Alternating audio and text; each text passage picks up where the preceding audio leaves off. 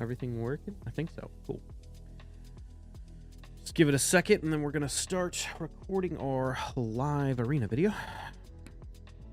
Just have to wait for everything to catch up. Sometimes it delays. All right. Hello, hello, hello. Biohack here. Time for another live arena video. Not too many updates have happened on the account since yesterday. I did get a few soul stones from my Hydra chests, which I eventually opened, and I'm a little bit short of the mythical chaos ore. So I was debating on what I want to do about this, like sort of what my options are. I think, actually, let me make sure. Oh, I have one. Let me pull this real quick. Oh, that's so loud. My game count. Big enough points. 2-star. Nope. Yeah, so I don't know. I think I might just pull one of these eternal soul stones. The reason for this is I kind of want to pull them anyway. It's been a long time. I mean, this isn't the best event since there's nothing going on, but I don't know. We haven't really had any great events for these. The only reason to really pull them has been during the Hero's Path. We don't have a Hero's Path in the upcoming fusion. Maybe we'll get one afterwards, but I'm not super concerned about getting like souls or anything for that fusion. I don't know. I think I'm just going to do it because I want the mythical chaos ore. So let's just see what happens. Here we go. It's an epic. Oh, bummer. Marksman. 5-star marksman. That is pretty much useless. All right. Is what it is. So be it. We will make sure we collect that, and we'll call it a day. All right, I think that's all we want to go over. I am going to go ahead and jump into the fights. What's up, Saul? Dude, that fight, was that earlier today or was that last night? I can't remember with you. Oh my god, that was so frustrating. I knew I should have taken out the Armons instead of the Tormen. I should have won that. Axrod, thank you for the sub. So touch and go. Armons is so broken. I've gotten to the point where for live arena, I think we're just going to pick Armons most of the time as the opener instead of Warlord. I think I'm also going to invest my glyphs into Armons next, trying to get him faster. The other thing is... yeah, this guy's not in my spreadsheet. Fairly low-rated player, so I think I'm going to have a new requirement of person has to be at least 1,000, within 1,000 points of me before I start putting them in the spreadsheet, because I just never see these people again. All right, interesting. Could go with Rhonda. We could go with Quintus.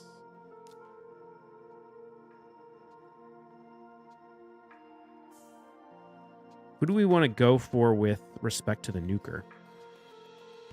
Or, sorry, with respect to the support.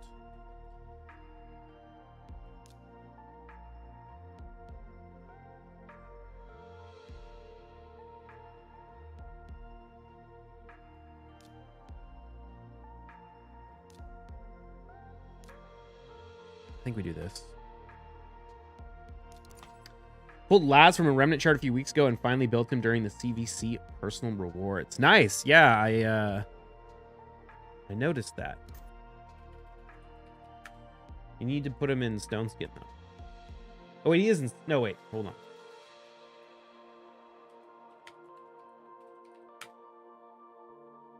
on. This is an interesting pick from this player. I think we go Quintus.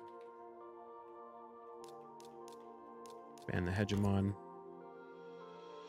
The reason for the Quintus pick is we want to decrease the max HP so that we can kill the Taurus again. Targeted my Tormen instead of him with Georgid? No, I didn't. I killed him with Georgid.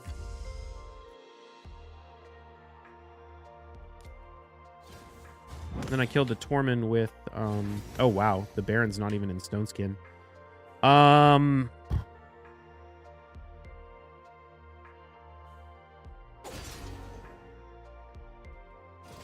think we do. Oh, wow. Jesus. Okay. I think we do this.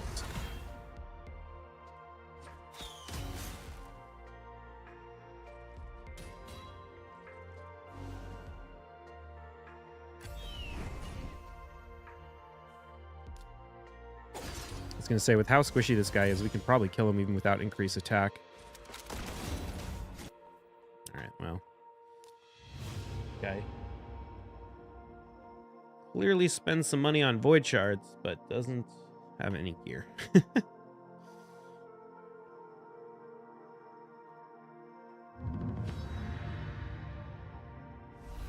Nefs.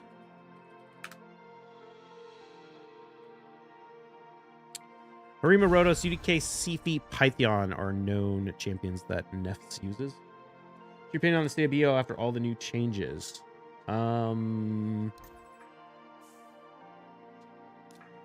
I think it's, I don't know, it's an interesting state.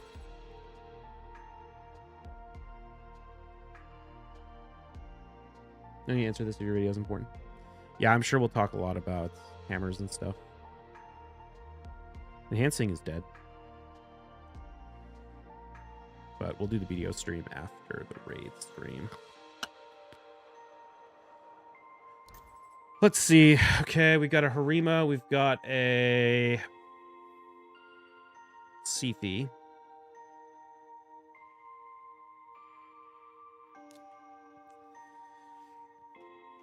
Here's the question.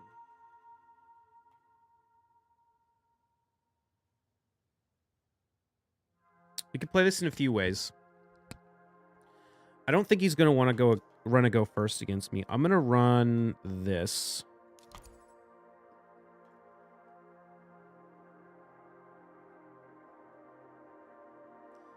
This being Warlord. So we don't have a Reviver.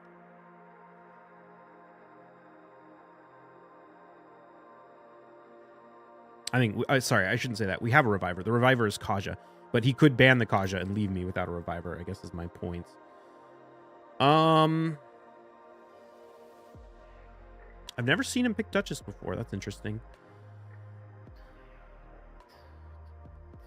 How do we want to play this?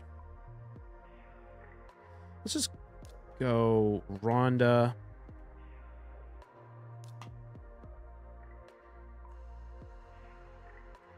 Let's go Rhonda ban Harima. Okay.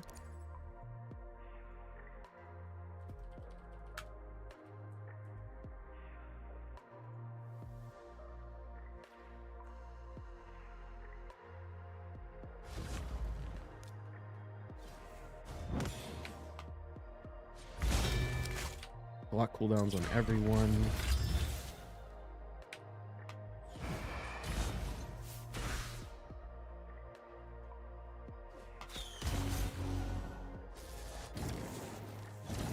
Would the Rotos counterattack the Rhonda? Is that what happened there? I'm trying to figure out how he did so much damage.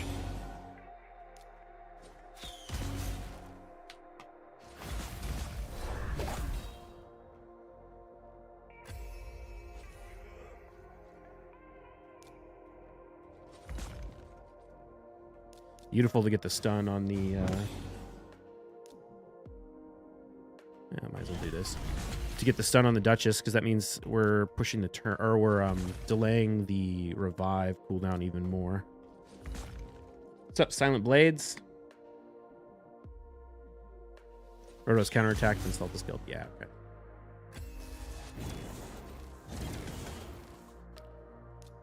Okay, that's perfect. We'll get the Rhonda block active skills. Saltus isn't going to do anything with his A1 since he's in Merciless, and it's a UDK and a UDK and a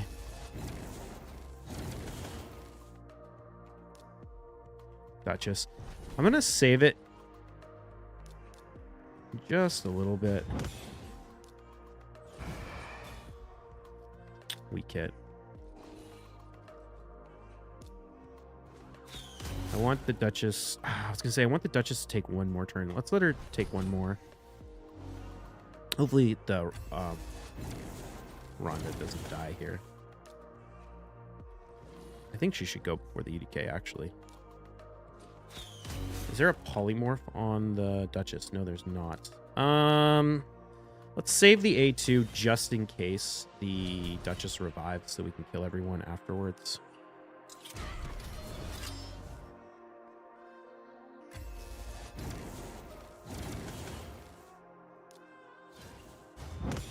Grind on BDO. Got my first pen Black Start. Finally over 301 AP. Nice. Do this. Damn, still no kill. Tanky Duchess. There we go.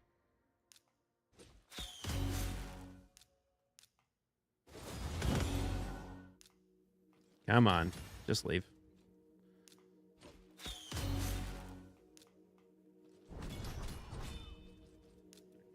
Put this on auto. Let it play.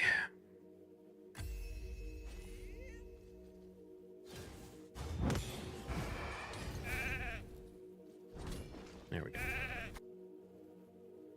Cool. How are we doing on the leaderboards? Ranked 73. Oh, man, someone stole one of my rankings. Need to. Oh wait, no, we're 72. It just hasn't updated yet. We need to get over 5K, 5.5K. You think about hammers as an investment? You think the price will go to max on EU? Exclamation point precision.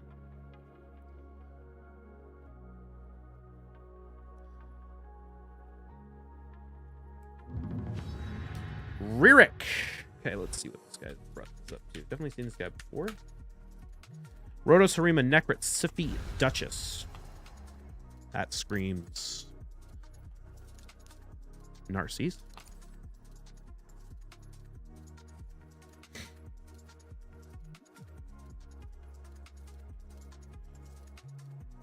Have you tried Queen Eva? She's great now. I don't have her, so no, I haven't.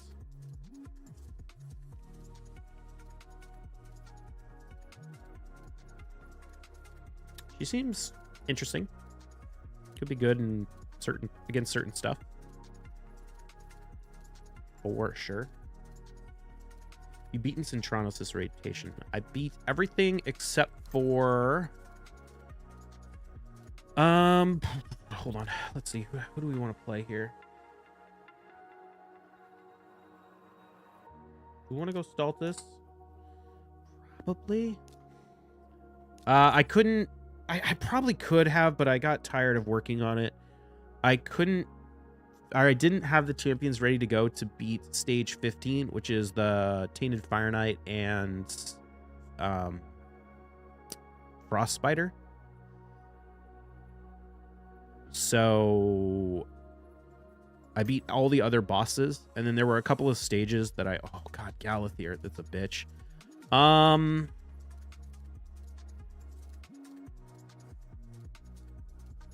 think we got to ban Galathier.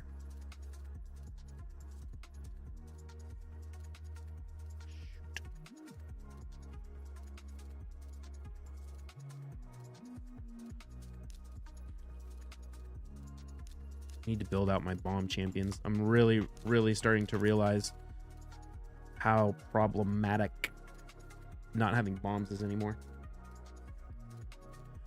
Anyway, this might like completely. Oh, sweet. I was gonna say this might completely fail just due to the fact that they're not speed tuned with the Go First champions.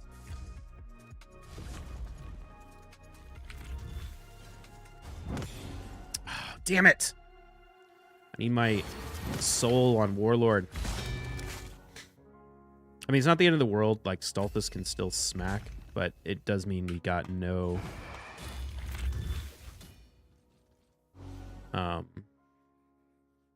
We can't put the bombs.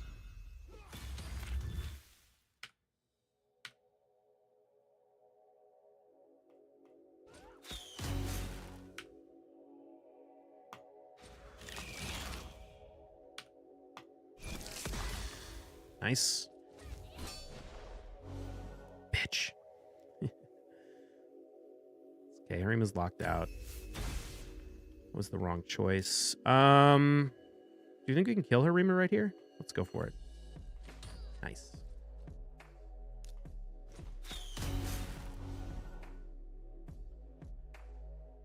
Yeah, so because I couldn't beat that stage, I finished all the awakening stages to get all the candles, but I'm not going to be able to finish everything, so I didn't try and push the rest of it.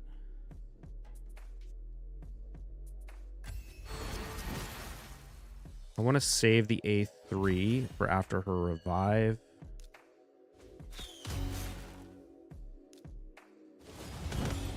Hopefully we can get Stultus a little bit more health. Okay, goes to the Rhodos. Can we get some turn meter push back? Oh, it's not enough. He's still locked out though, so I think he's still locked out. Ooh, chunky. Does he get the kill? He does. Bummer.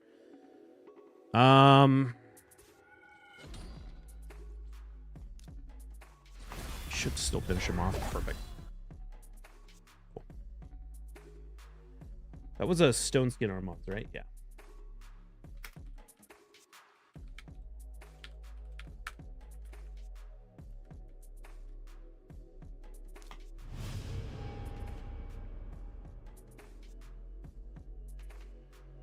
I really, really, really want Carnage, though.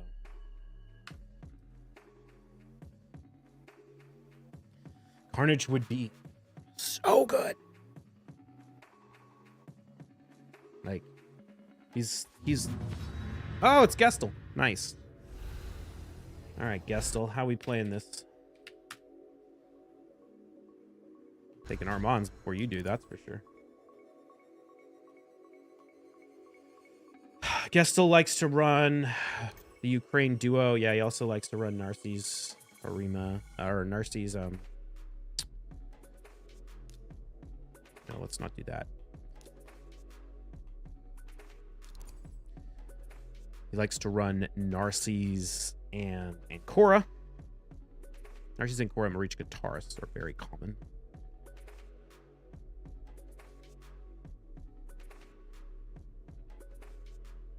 Does this have CP? But it's not a fast CP. What's up, Dan and McReynolds? How you doing?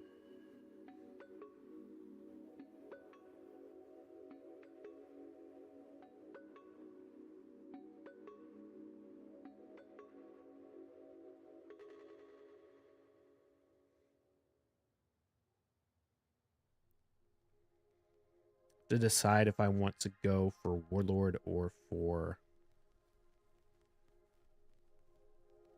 Arbiter. Still an open question.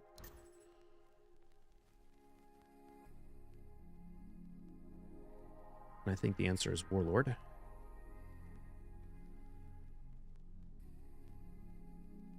So, next question becomes, who do we want for our last nuker?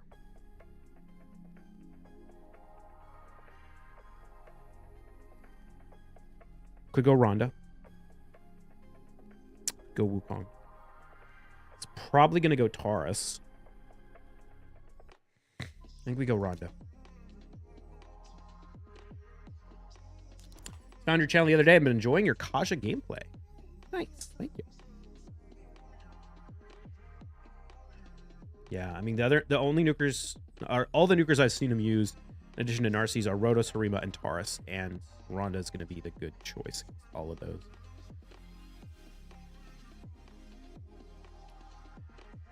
I think we're probably going to go for a Narcisse ban. Oh yeah, also Rhonda's going to help us shut down the Marichka.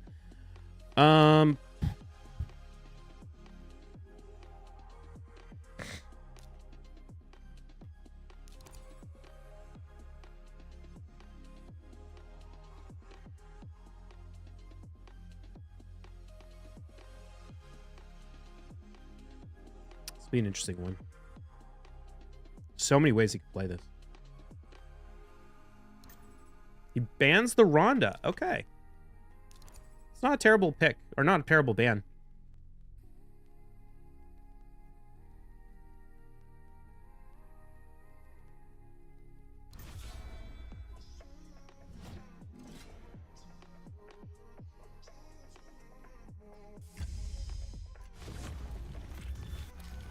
We need to watch and see who gets resisted, if anyone. Definitely want... Oh, wait a minute. Oh, shoot. I just realized. Oh, I'm a dum-dum. Yeah, I totally forgot. we can't stun the Taurus because of the Ancora. Oh, that was smart. Well played, guys. Well played. What's the cooldown on Ancora? It's 1 turn. Oh, shit.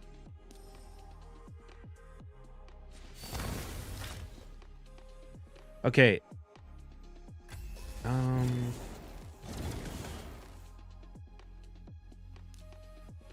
Oh, man. Oh, da da da da da da da da da da. I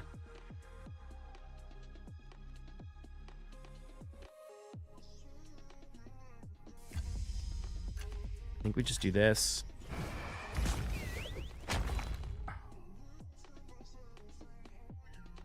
This does create a dilemma. Yeah, okay. I was going to say he can either go for the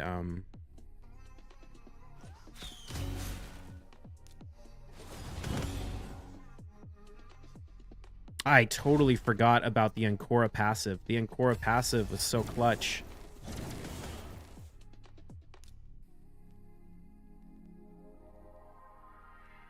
Makes the most sense here.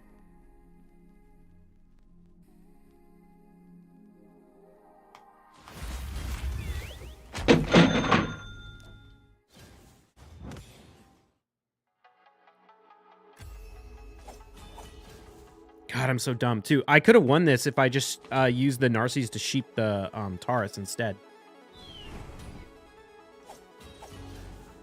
Well played, Gestel. Well played.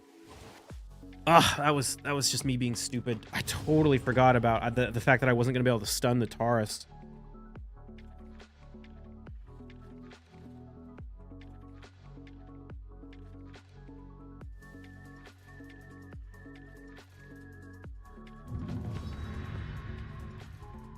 All right, get a rematch.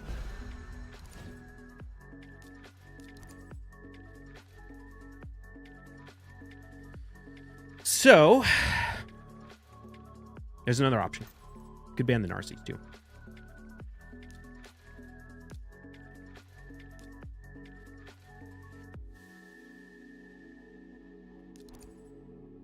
Follow sound as the cash register.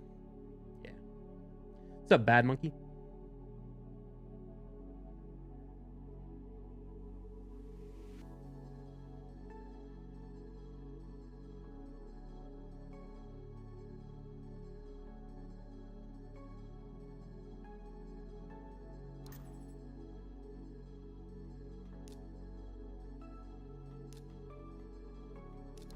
I think we do go for the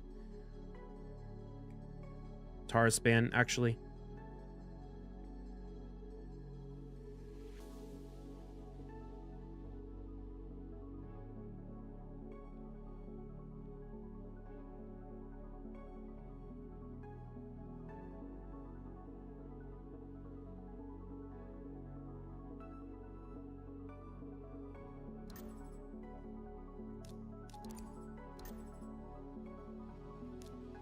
Oh, whoops. Why didn't I pick the wrong aura?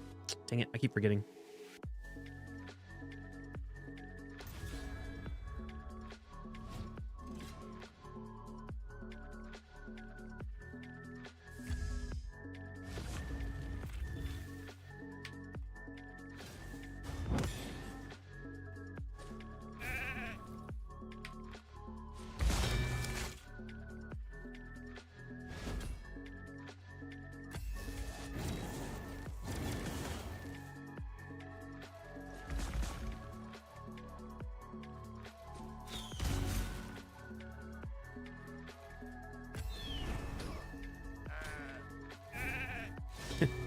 Pop the sheep out. It's not really going to help us since Narcy's going to counter that.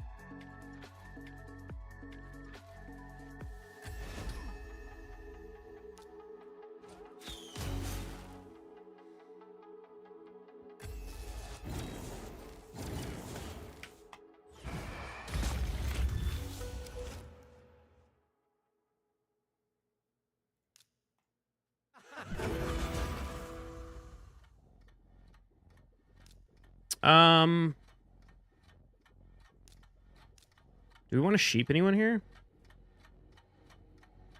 Oh, wait. Whoops. whatever. It's fine.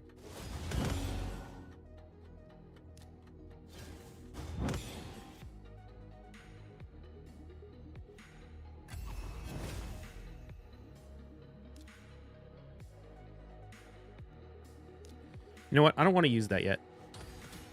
So I don't want to accidentally kill the Marichka with no skills on cooldown to deal with the revive.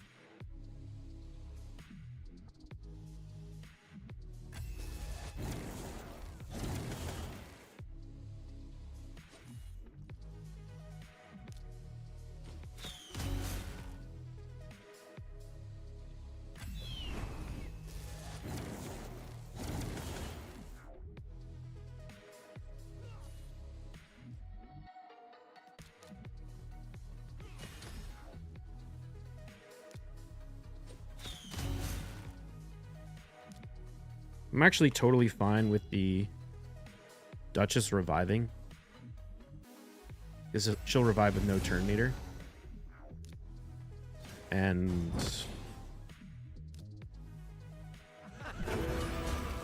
that will obviously be a bit problematic.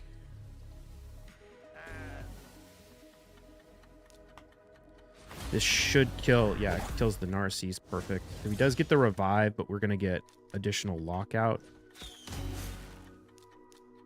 We get turn meter pushback. We don't get the turn meter pushback, but look at that Narcisse. It's going to be so... Like, the Narcisse is going to do nothing. Because the max HP destruction on the Narcisse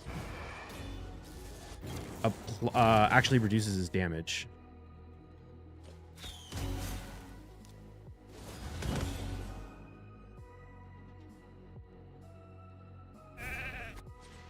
GG. All right, it's our first fight. 5 fights done. How'd we do? 1, 2, 3. We only lost 1. Nice.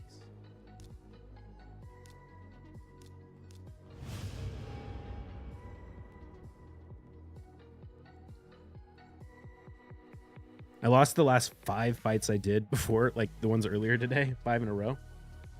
Awesome fight. Yeah, it was a good fight. I totally messed up the first one with Gessel too. I should have won that 100%, but I just was like totally forgot about the Ancora would be cleansing the Taurus. And even if I had realized it after the fact, if I had just sheeped the Taurus instead of trying to stun him with what's his name? Armand's, it would have been fine. I'm really liking this strategy of running Armand's, Warlord, Kaja, and then like 2 tanky-ish nukers, or at least 1 tanky nuker. Because it creates a situation, like, I'm worried, like, oh, they're going to leave me without a reviver. But the thing is that Armand's and Warlord are both such extreme threats that people are like, oh, I can't ban the Kaja because then I'll get Armand's or Warlorded to death. So, or not one or the other. They'll get both. They'll get permanent lockout and permanent turn meter reduction. So I'm really liking this sort of plan.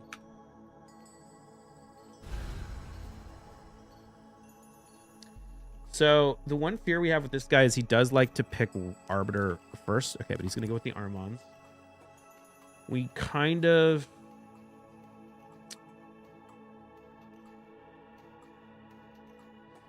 He likes to run a nuking Brassclad, but he hasn't been using that as much against me recently. Put all my team in sheep because of Armand's. He's a horrible. Rhonda is a surprisingly good counter to Armand's. If you weren't aware, when Rhonda's A3 ability is on cooldown, she cannot have her turn meter decreased. So actually, ironically, like Kaja and Rhonda are actually pretty good champions for Armand's because of the fact that Kaja only has her turn meter reduced by 50%. Rhonda doesn't have her turn meter reduced at all, as long as you don't use the A3, and then 50% if you do use the A3. That kind of limits his ability to steal. Like, even if they can still get stunned, he doesn't steal as much turn meter, so it makes it harder for him to get another turn. Interesting.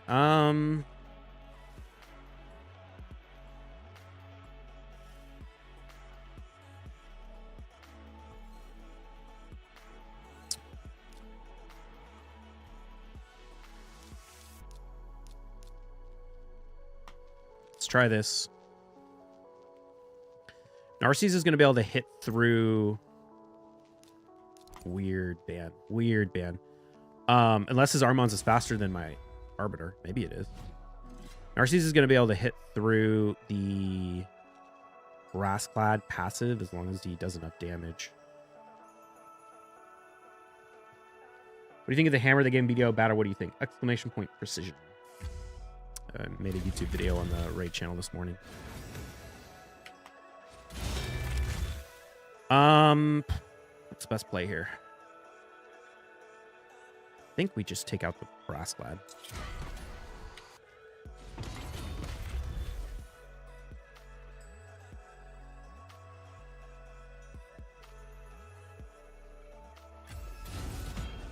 Nice.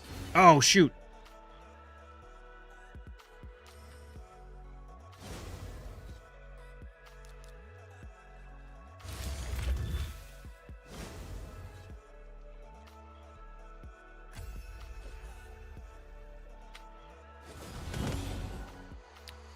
Okay, I hope the Wukong doesn't kill the Rhonda.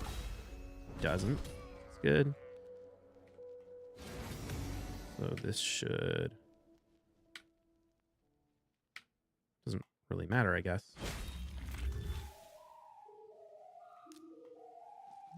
Cool.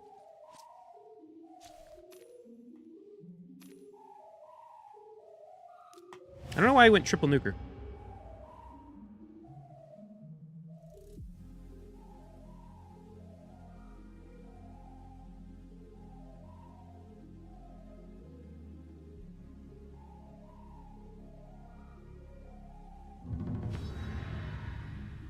See if we can get Armons. Nice.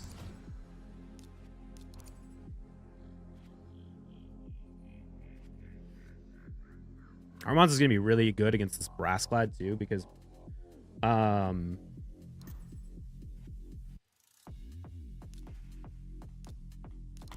we can... Oh, I forgot. He does take Arbiter, but his Arbiter's... I think his Arbiter... This is going to be a tricky one, actually. I don't know who's faster. Oh, that's right. My Armons is not very fast. To glyph Armons. He's going to ban Kaja.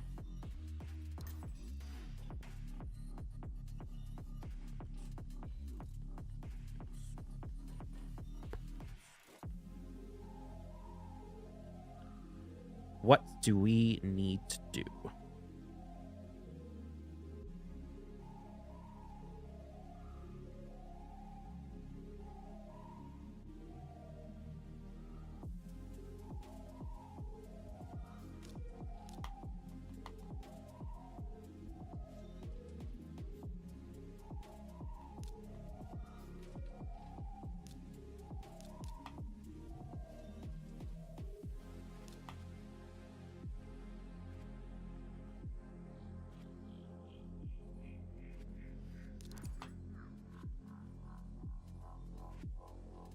Go Xena. Xena's in Stone Skin, and then she'll block the CP, which means we're going to get Lockout or Armons to go before CP does.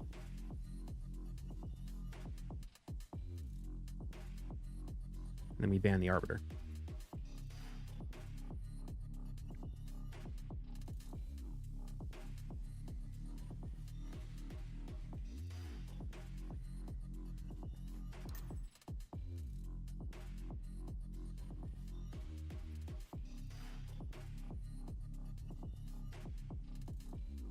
The other option is ban the Rotos.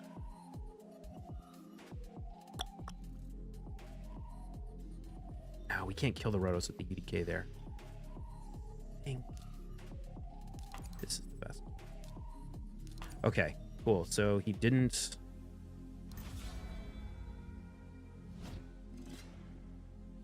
go for the Kaja ban.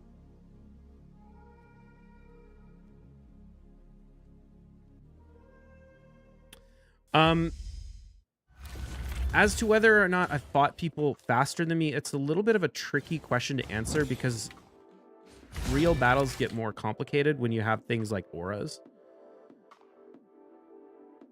I think Rhodos is the biggest threat.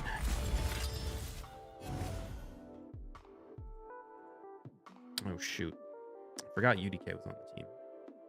Probably shouldn't have done that. With Sifi. Sifi's going to cleanse.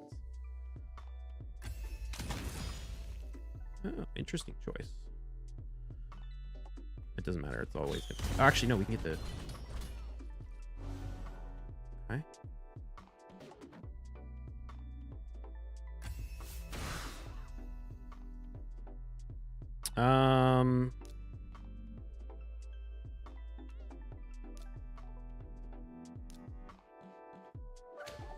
Let's do that one.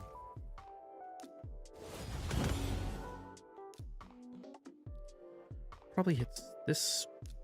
Probably hits harder. Nice. If we can just kill that Sifi, I think we'll be golden. Which we should be able to do with the Xena. Unless, like, UDK kills it or something.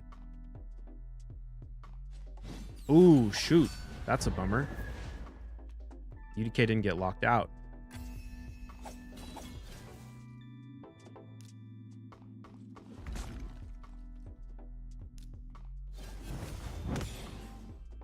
Ooh, you know what? That might have been a mistake.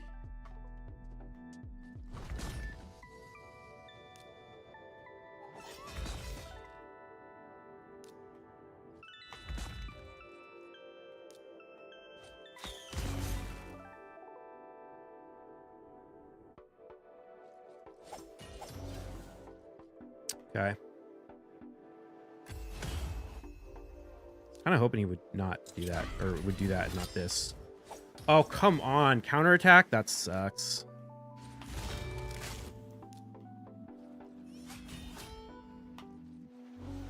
Oh. Oof. Close one, man. Close one.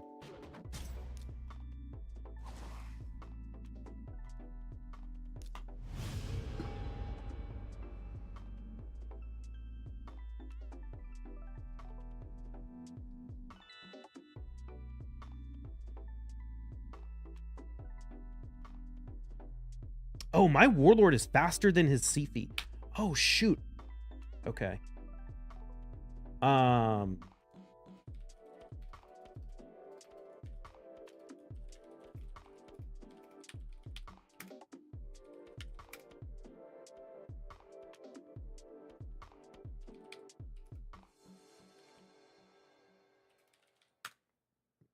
Okay, let's see. Okay, he's gonna go first.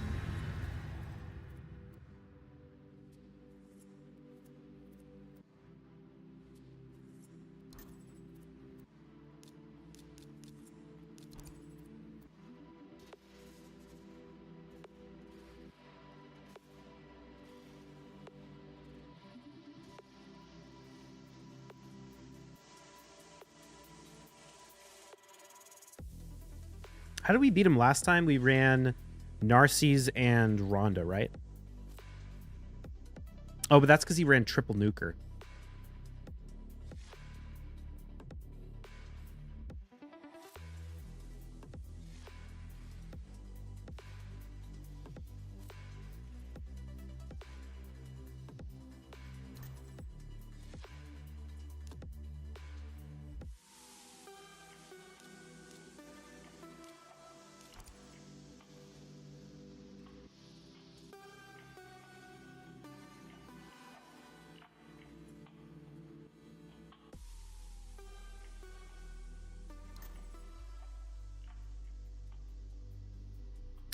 No brass clad this time.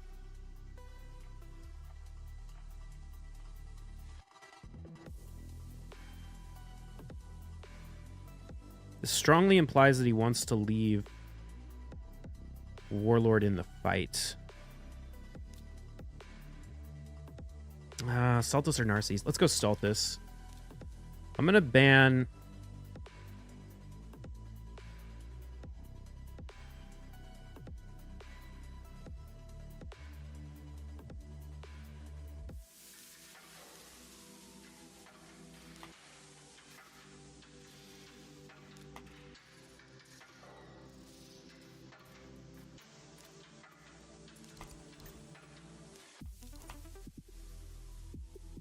Frozen Lady, yeah.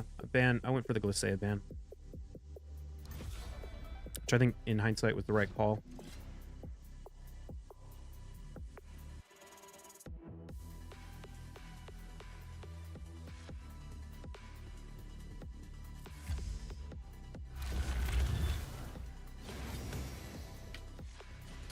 So now we just block the CP passive with Rhonda and stun with Stultus.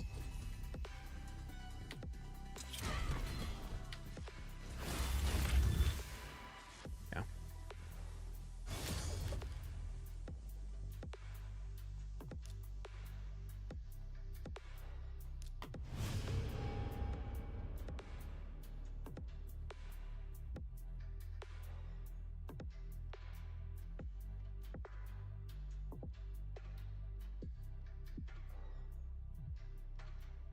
I'm honestly shocked that he tried to beat me in the speed race. Because it's not close. Maybe his Armons is faster than his CP, but his it's not in Stone Skin, is it? Either.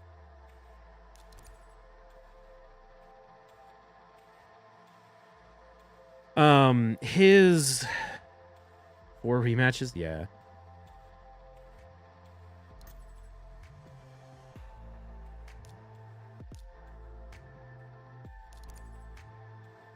His CP is slower than my Warlord. At least my notes say that his CP is slower than my Warlord. I don't know how old that is. Maybe he sped the CP up, but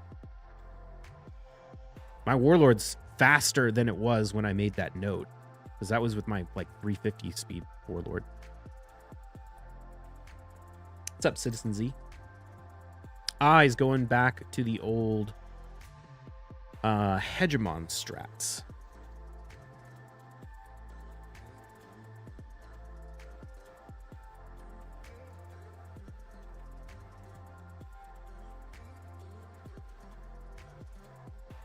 Play this a few different ways.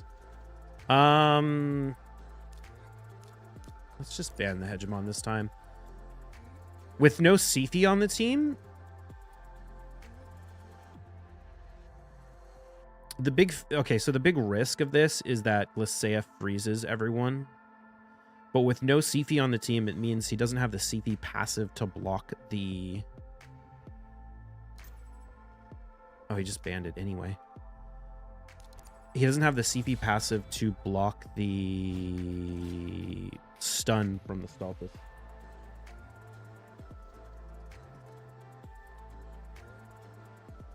I got Quintus today running speed teams: Arbiter, Lydia, Razzlevarg, Loriaka, Kreela, Witcharm. My Kreela hit 331 crit damage. That's sweet.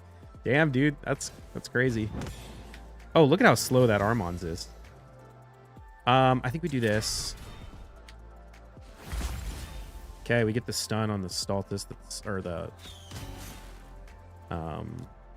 Stultus, the Rhodos. That's not really what we mostly needed.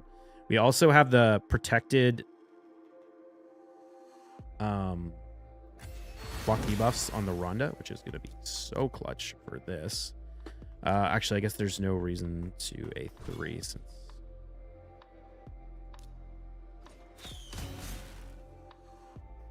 I don't know what kind of buffs the Kreela brings. Or not Kreela, the Glisea brings. Yeah.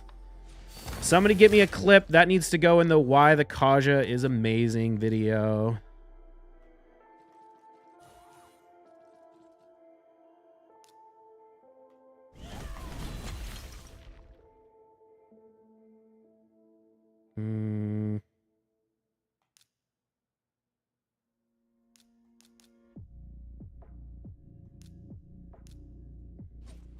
I just want to get some extra healing. Perfect. Let's get even more healing. See if we can keep the Kaja alive as much as possible. It doesn't matter. Somebody give me a clip. If you could. I would greatly appreciate it. And the Why Kaja is Amazing. That right there. Because she can tank a Taurus nuke and immediately fully revive your whole team with half their turn meter. Oh my god, I'm sorry, Guyver. I'm sorry. Don't blame me. Blame Plarium. Ask Bio. Don't have Razzlevarg. I think CC to do a showcase with 400 speed Razzle. Mine's 320-ish. I bet he smashed his phone. Oh, I'm sorry. I didn't ask for this. I can't remember if Guyver watches my channel. He might.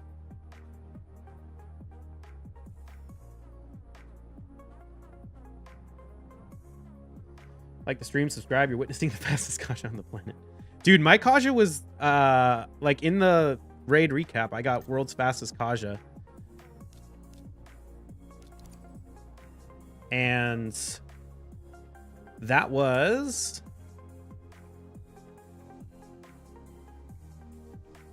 only at like 421. Now she's 440. And tankiest Kaja. She lost some tankiness with the new banner. I think she lost about like 600k effective health. She went from like 540 to, or from like 600 to 540. But she's still a tanky boy.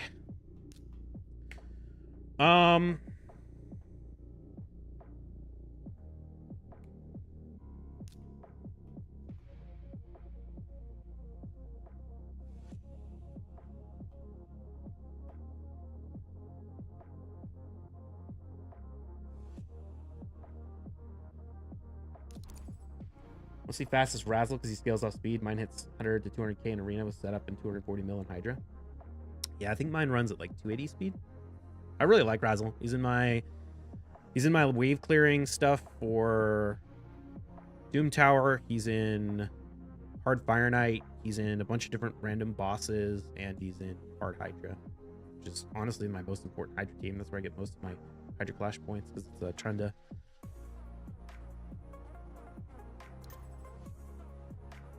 Okay, went with the Hegemon. I guess it's time to find out who's faster. Probably gonna ban Kaja. He should ban Kaja. I don't know if he will. Not what you wanted to do, buddy. Not what you wanted to do.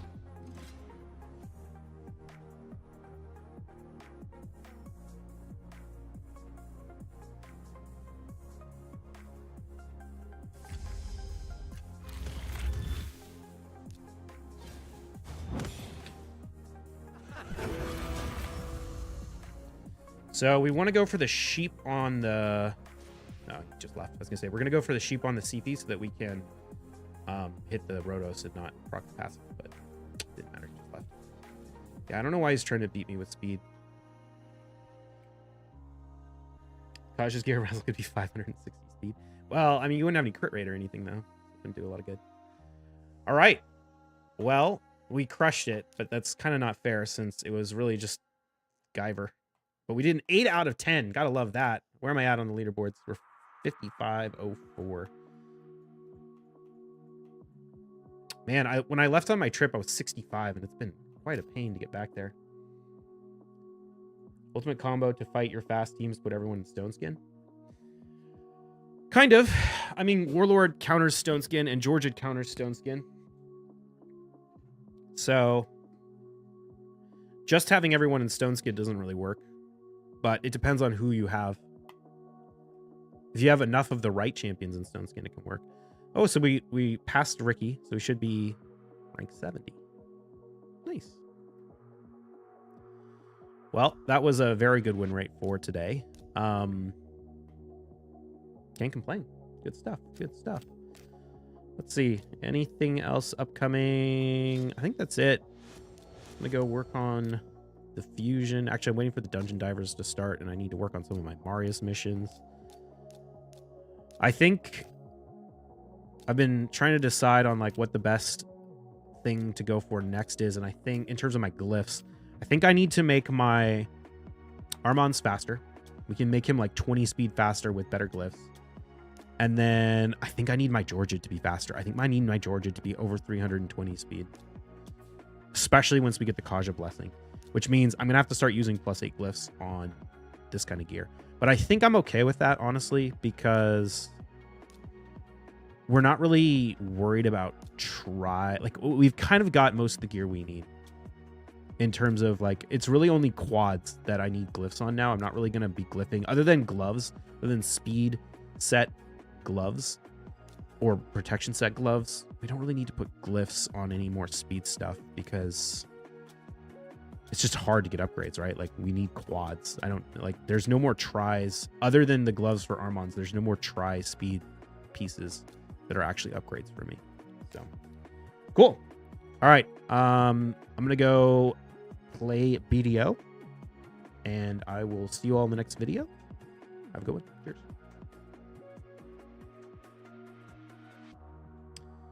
All right, chat. Don't worry. Stream's not going anywhere. Just the YouTube video. That being said, I am going to go actually play BDO because we had a big update today and I'm sure all the BDO people are very interested in talking.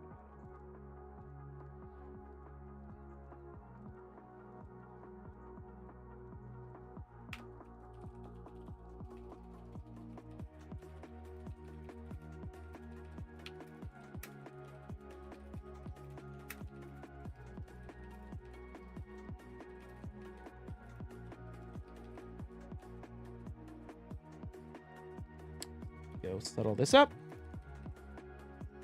What do you think about the incoming fusion for live arena?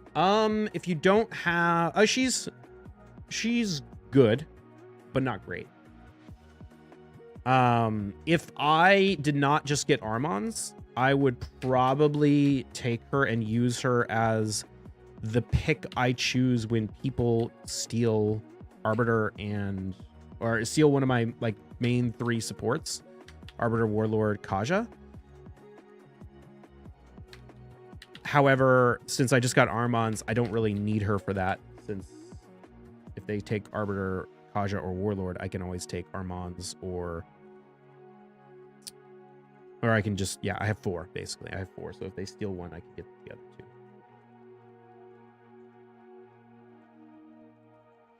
What was I gonna do? Oh, I need to update the raid YouTube channel.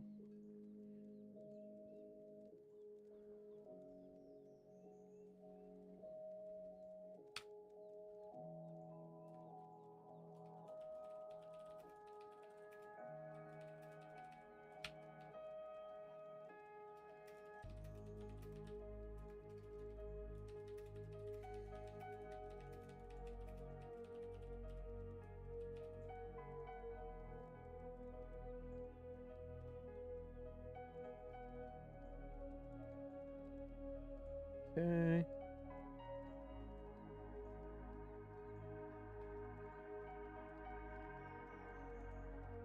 Did we update? We all update? We all good? Let's go to dual stream. There we go. What do I need to do in raid? I kind of need to save. I want to save my energy for the dungeon divers. That's starting later this evening. Let's see what I have for tag team with the single 50. Okay.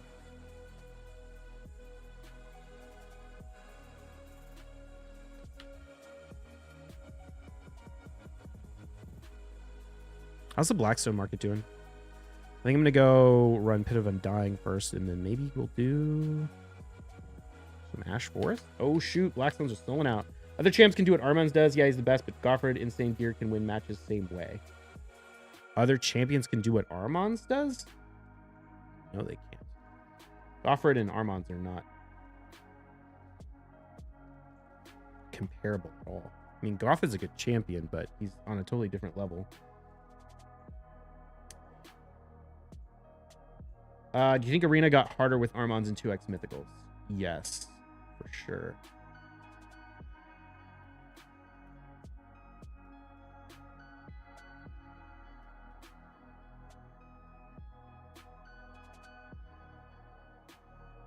The problem right now I'm having with Arena is there's too many champions that can single-handedly win the whole game for their team. So, like, if... Oh, shoot. The game just crashed. If you get Galathyr, you have to ban it or you lose. If they get Armons, you have to ban it or you lose. If you get, you know, Lazarius, like, you have to ban it or you lose. Siegfried, yeah, if they get Siegfried, like a Stone Skin Siegfried, and it's like, I'm not saying there are no counters to this, but the problem is, like, if you don't know ahead of time that it's coming, and then you get down to where you only have like one support left to pick or one nuker left to pick, you can just be like absolutely screwed.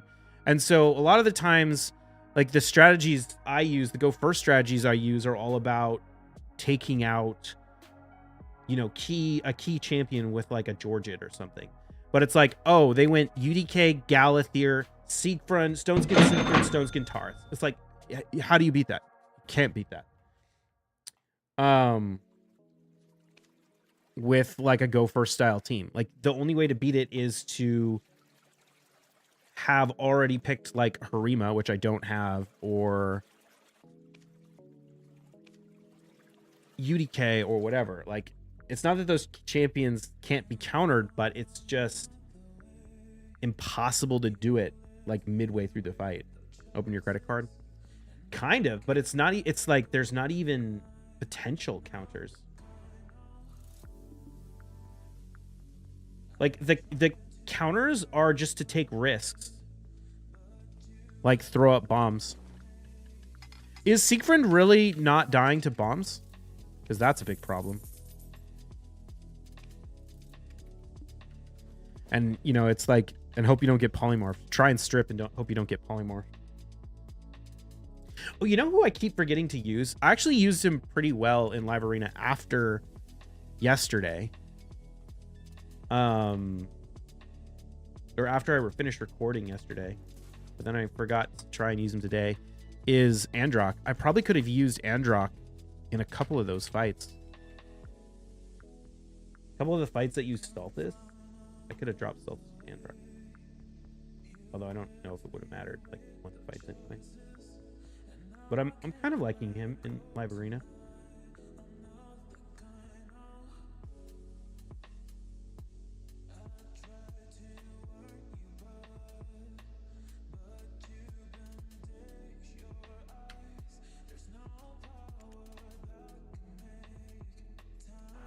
Solo Freakfin still counts himself as an ally and had to wait for the buff.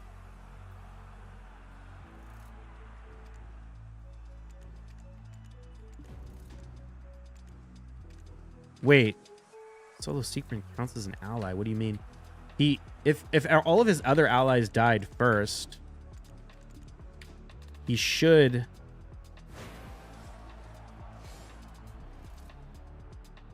What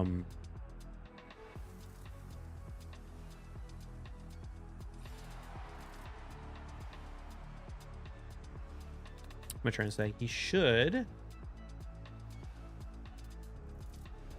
still get his passive.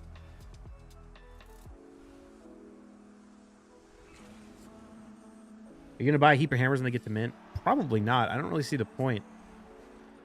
If you're buying the hammers at min, all you're like in bulk, you're just hoping that the price goes up and that you can resell them, and that's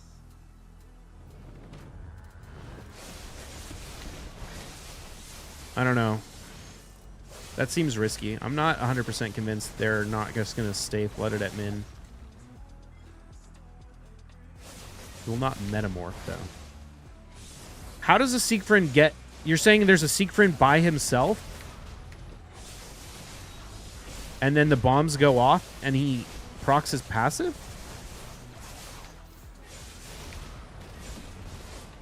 Or does he procking...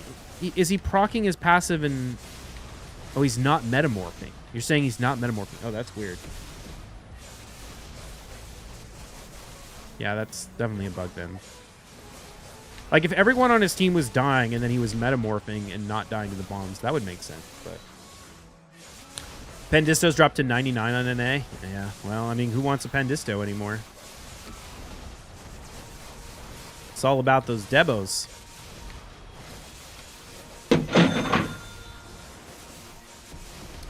I didn't put that name on, but thank you for the call. For the sub on YouTube.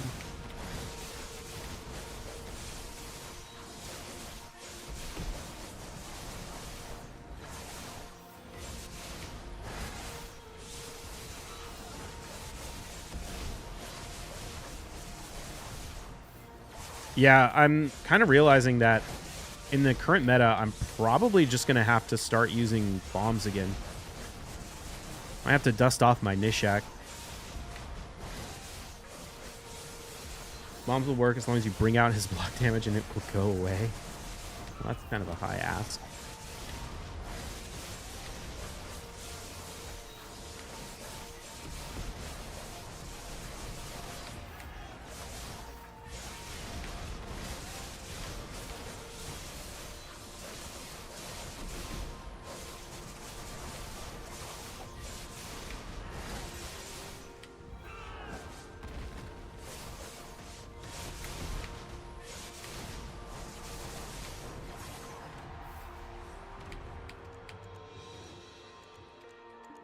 Gotta survive his massive nuke.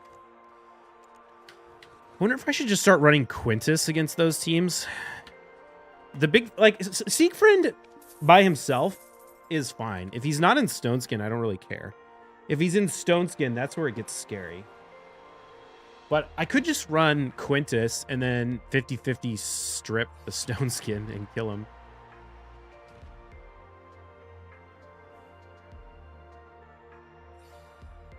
That's probably the right answer, honestly. Oh, whoops, we got Durin. I need to pull up my Durin notes.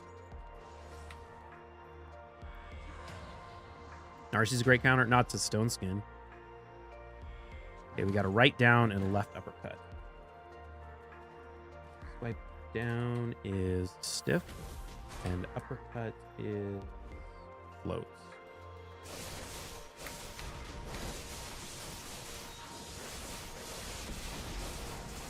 You're only gonna see more and more bombs as you climb. I mean, I'm pretty much at the top.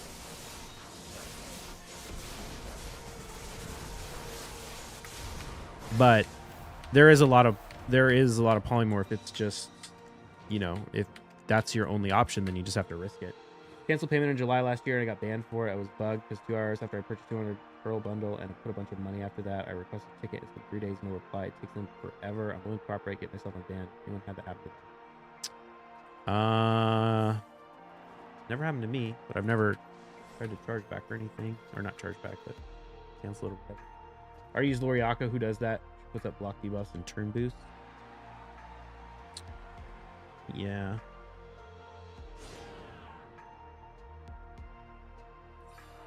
Doesn't, does the new champ put up block debuffs? I can't remember. I actually think Marius could be really interesting for PvP, to be honest. I think Marius could be very strong in the new meta. Particularly because he has this chance to strip Stoneskin. 3 hits with the chance to strip, or that can strip Stoneskin, or not strip, but decrease the duration. And because it's a decrease the duration, it doesn't proc polymorph. Can't have his turn meter reduced, and then if you try and reduce his turn meter, he immediately counterattacks with his A1, which has a pretty decent chance to put up Enfeeble on everyone. I think Marius is going to be actually legit. And he self-increases his defense, which means you can pair him with, you know, a turn meter booster that doesn't, like a Kaja or something. I'm, like, legit actually going to try and use him for PvP, I think. And his multiplier, his defense-based multipliers are not horrible. Like, they're not good, but it's like a 4.2 multiplier. Build him as a hybrid DPS. Yeah, I mean, it's not that hard to build him as a hybrid, especially if you can get some blessings. Once you have a... If you can ever get a 5-star blessing, you get 75 accuracy just from that. Oh, shoot. I messed that up. I forgot. Are you kidding me? Oh, that was on cooldown? All right. Sorry, I got the Rensa. Did you say Ramonsu was a bad DPS? You never build him. I tried to build Ramonsu, and yeah, he just did not perform at all. I put my best gear on him during the free re-gearing event and went and tested him some places, and I was just, like, really disappointed.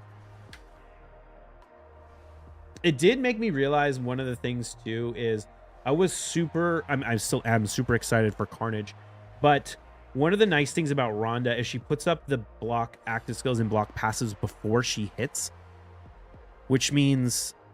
she can put it up on the target regardless if UDK is on the team. Ramonsu, like, his increased defense or his decreased defense doesn't go up if there's a UDK on the team. So I kind of wanted to use him to counter Harima UDK teams, but it's, I don't know. And he just doesn't hit very hard, unfortunately. At least I didn't think so. Like, I'm in a perfect world, you can get his A3 to hit hard, but his A2 to hit hard, but his A3 doesn't hit very hard. And I don't know, I just wasn't impressed. Been wrecked by some Ramontus. I mean, he's not terrible. Like, he can nuke, especially if you're running squishy teams. But what I wanted to use him to counter was like the opposite of squishy teams. I wanted to use him to counter Harima teams.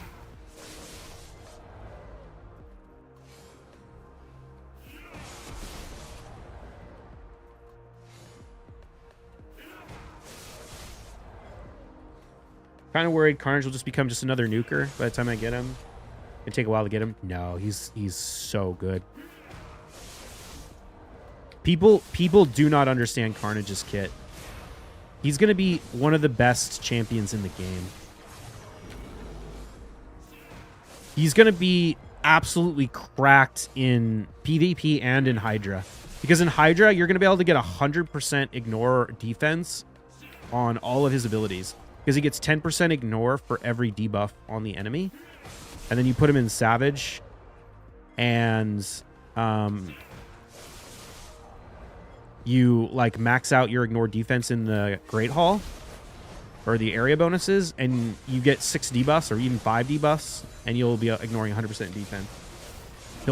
He'll literally absolutely shred Hydra.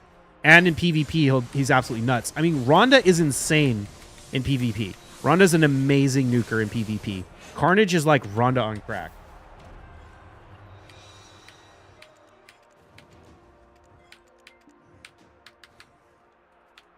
Won't be non-meta anytime soon.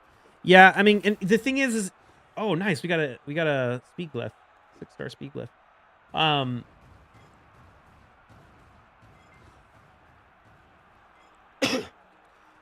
What was I saying? The thing about Carnage is, like, you kind of need to use him in go first teams. I don't know. I guess if you build him in Stone Skin, he's a mythical, so you can kind of use him in go second teams.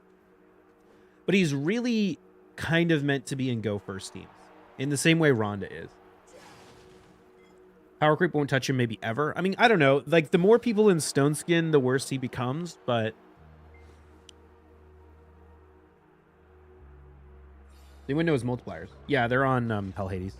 He's got like an 8x multiplier on his A3. And he's got like 6x multipliers on his A... Well, okay, so first off, his multipliers are based on both accuracy and attack.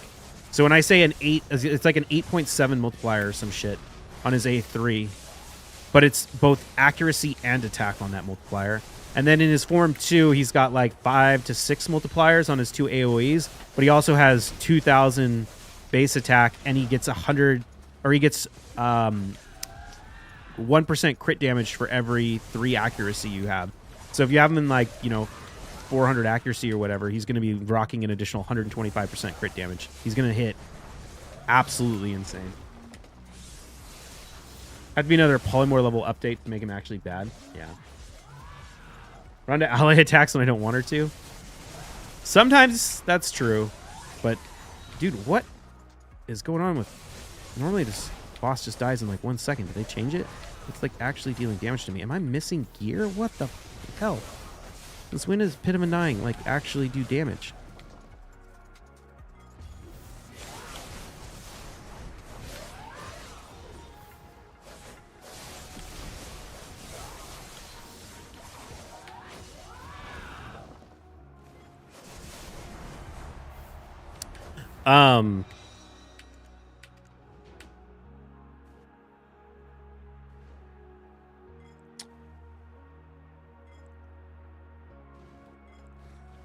Yeah, I mean, I don't know.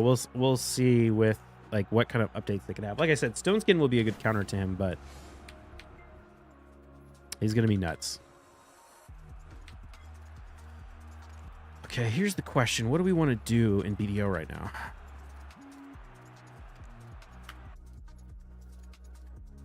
I'm getting him late as fuck. Already skipped 3 rotations. I mean, I haven't completed a full rotation yet.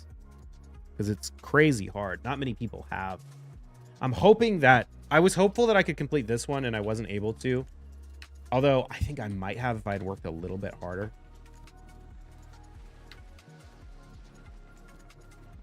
Do I want to enhance right now?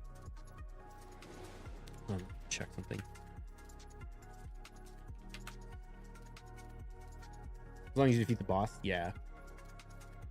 I'm hoping like maybe next time I can get it. The area bonuses help a lot, for sure. And I've already made good progress on my area bonuses there.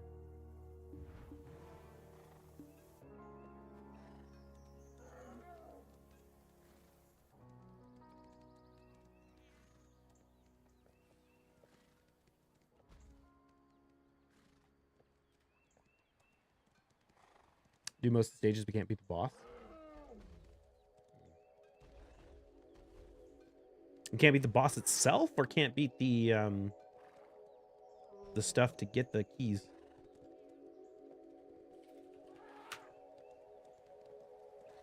Oh, I kind of need to update my math on fail stacks. Fail stacks are so expensive right now.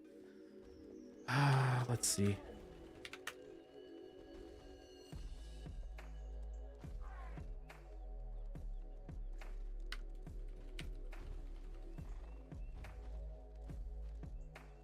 I mean, some of the stuff is good, though. Actually, geez, some of these TED accessories are kind of nice. Pen accessories are trash, but TED accessories, not horrible. Except for eyes. Making it sound like it's over. There's 5 days left. I mean, I kind of gave up on pushing it because here's the thing. I don't want to push these stages when I don't have a free regearing event, because it'll cost me like 100 million silver. And I need some champions that I don't have leveled. Like I need I need probably Suzerain, Doom Screech. Oh shoot, I leveled up the wrong Doom Screech earlier today. Dang it. I didn't realize I had a hold on. I didn't realize I had a level 40.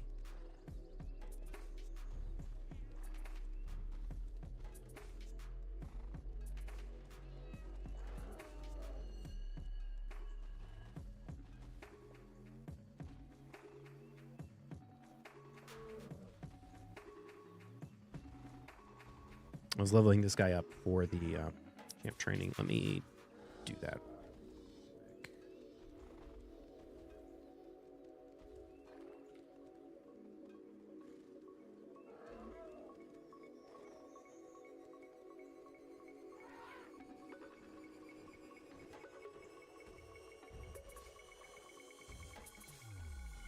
Really like your videos. Thank you. Champ training now, building them for next time. Yeah.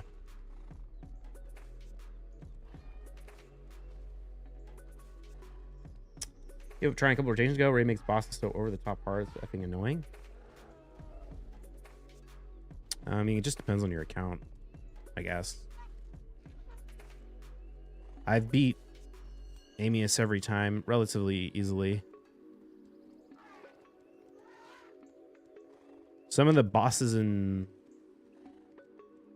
Cintranos, like Soulcross, are difficult for sure. I don't really find Amius to be that hard, though. Once you know his mechanics and stuff. Got 60 Legos at 6-star.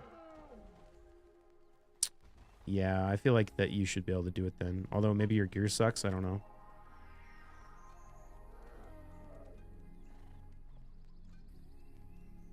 Plagueholm key boss is harder than Amius. Honestly, I feel like every time I've fought the bosses for the keys, I've literally just like thrown random shit in there and then just let it run and it worked. I've never found any of the key bosses to be hard. Gave him so many skills I can't keep up. I mean, once you kind of understand what he does, it's not that bad. But you do have to understand the fight, and you have to play it on manual. But basically, you just need to know when he's about to transform, and before he transforms, you need to put up like an increased attack or something so that he steals it and doesn't go into his A1. And you need to have a cleanser to cleanse right after he does. Preferably like some shield champions and stuff to throw up after he does as well. And then you need to have like a decreased defense or something to throw on him so that he will cleanse that when he swaps back from Form 2 back to Form 1. I don't know. It's just like you need a few key things, and then you just need to make sure you put them up at the right time, basically.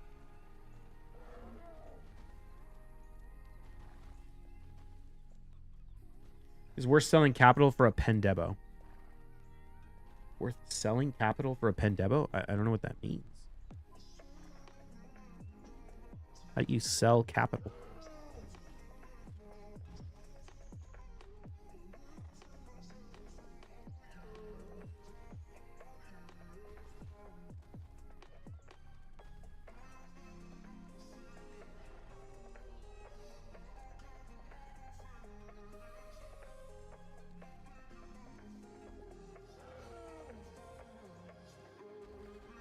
All right, hold on.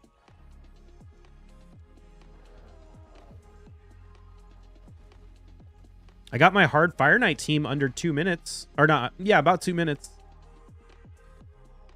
With Podrick. That was cool. I actually kind of found an alternative strategy that sped it up. Where I have the Newts. I didn't have my Podrick 6-star. So he was slower than the Newts. And I was like, I wonder what happens if I just do this. And so what I did is I set the Newts to hold their A3 back and then use it on the boss while the boss still has its shield to help break the shield. And that chunks the boss down a decent bit. And then when they get their skills back, it's after we've got a few rotations going on, and it's less critical that they land their decreased turn meter. And then when they both go in and nuke again, it kills the boss. So I was super stoked. It's like a 2-minute hard Fire Knight team.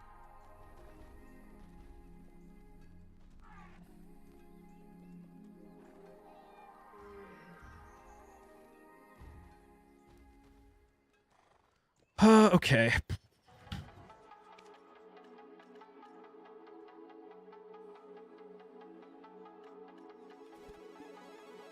Oh, I need to switch all my gear over to... Hold on. They didn't update...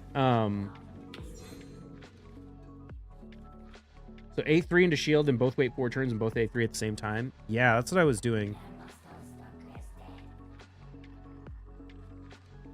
And then the second ally attacker goes right afterward so that the ally attacker...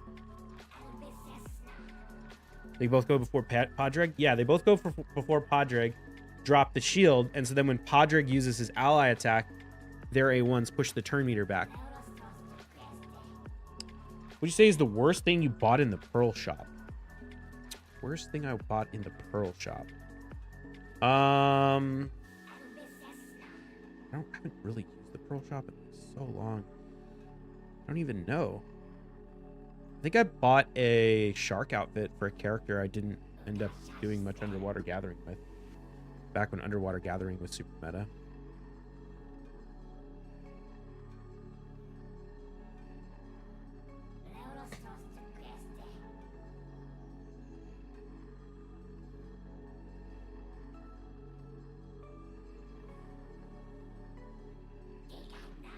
Understand how that worked might even be better than fast Podrick. Yeah, that's what I was thinking. I'm like, this might actually be better than trying to make Podrick fast.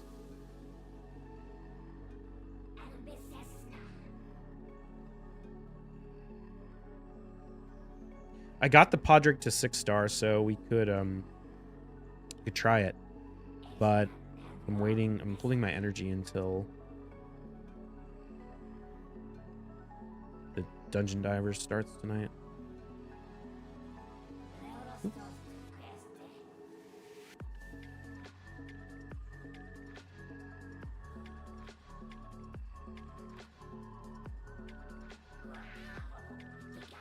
Is in the books anyway for CDC.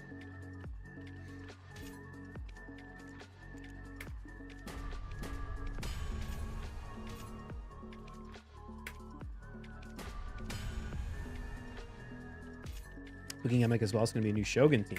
Nice. Oh, wait a minute. I forgot. We were going to check Devours. Oh, I guess I need to blow the stack.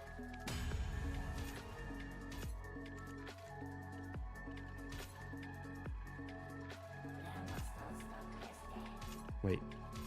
Did they bump it?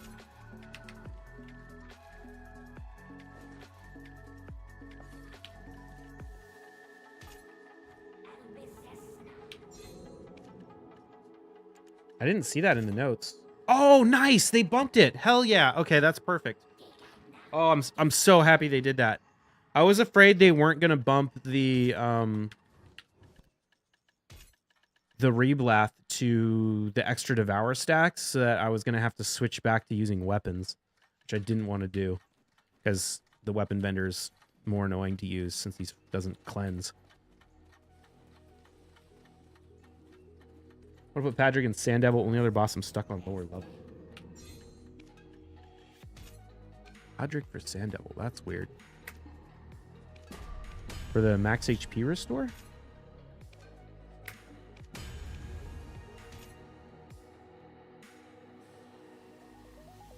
Fire Knight dies just 2 Newts A3s, though. I thought it needed 3 since the shield reduces damage.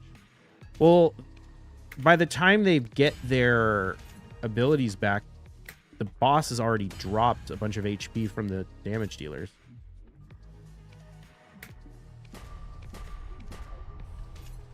Like from the actual nukes and stuff.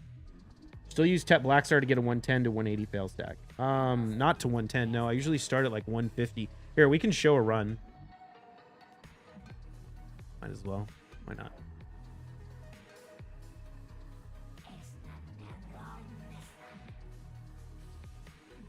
Let's see if how this works. Oops, let's land down.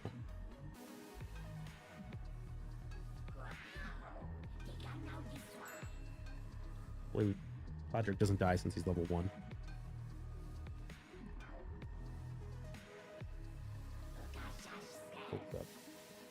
So basically, like, damage. And the nice thing about Podrick is the one thing, the downside of not having Podrick slow is he's not putting up the like increased attack for the Razzlevarg.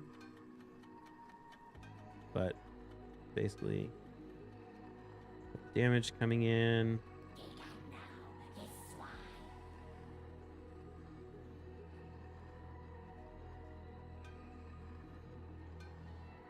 You can see how much damage Razzlevarg does if he gets his increased attack. It's wild.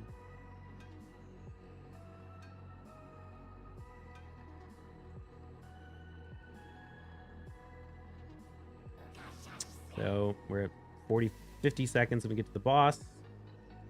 And Razzlevarg opens his A1. The ally attack. And then... Oh, what the hell? Oh, Podrick's faster than the boss now. Oh, shoot. Hope this works.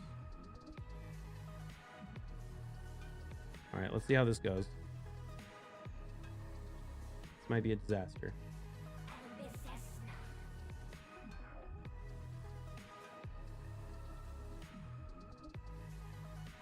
Okay. Uh-oh. Uh-oh.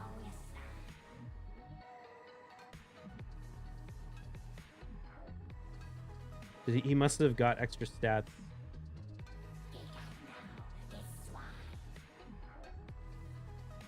Dang it.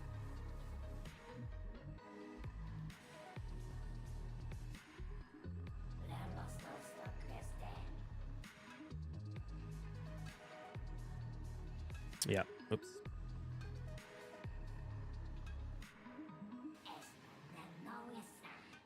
Podrick get an extra turn. Yeah, he's in Relentless.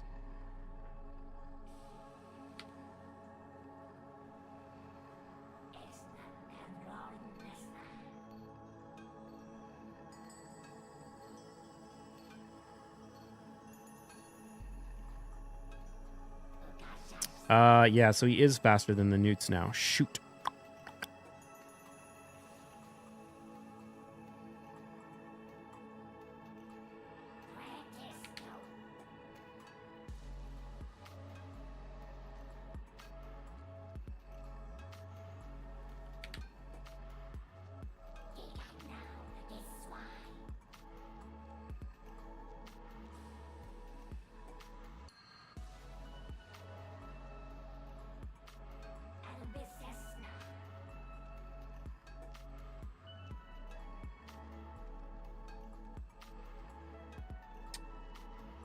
Faster without banner? Yeah.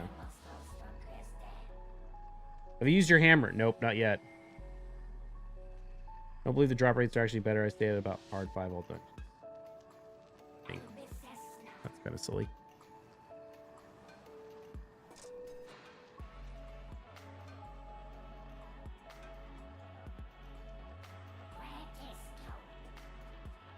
Do you have any actual data? Because drop rates are all data mined. Should be about almost twice as many mythicals in 10 versus 5.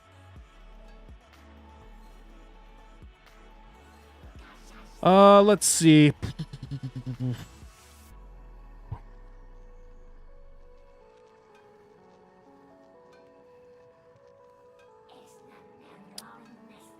Turn off 810, then it's 100%. I'll figure it out again with Podrick built.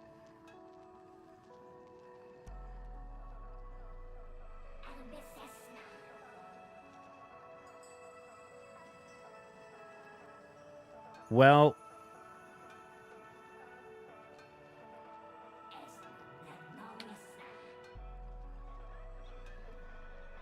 what's...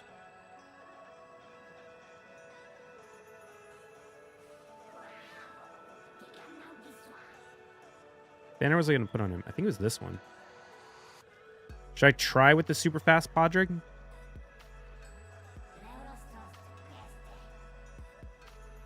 This is 302 Podrick. Let's give this one a shot. I'm gonna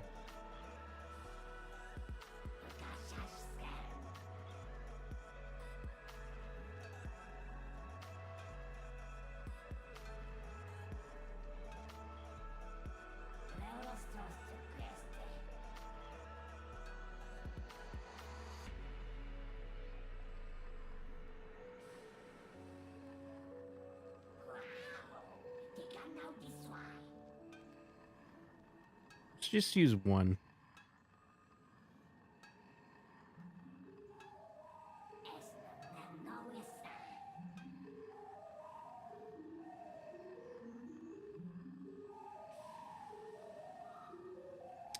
Team is fast with 265 and slow with 230, both with plus 12. Fast one opens with A1, then uses A3. Slow one only keeps using A1.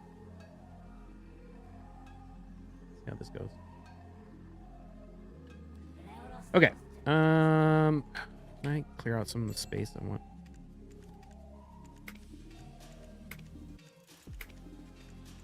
Let's just go for a 110 stack. Damn, waves are quick now, though. Oh, what?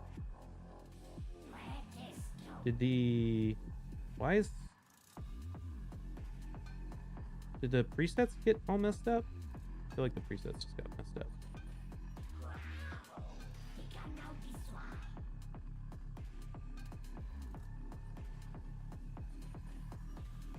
Or I feel like it's not listed. It's not like obeying the presets.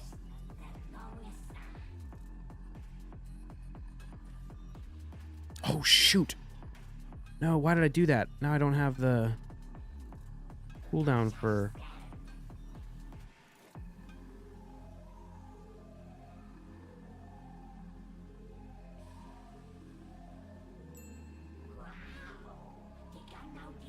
Oh, wait. Yes, I do. Okay, good.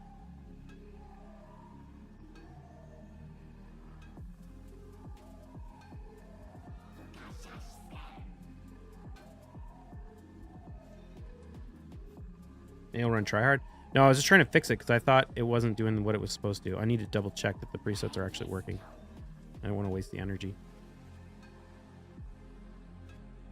The other nice thing is because Podrick is also boosting turn meter and keeping up this increased speed buff, I think it helps if the newts are potentially using their A3s.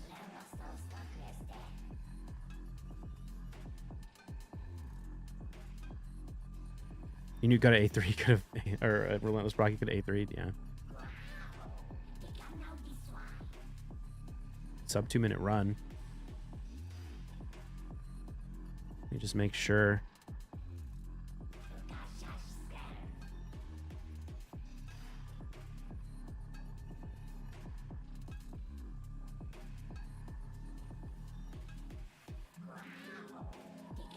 That's really.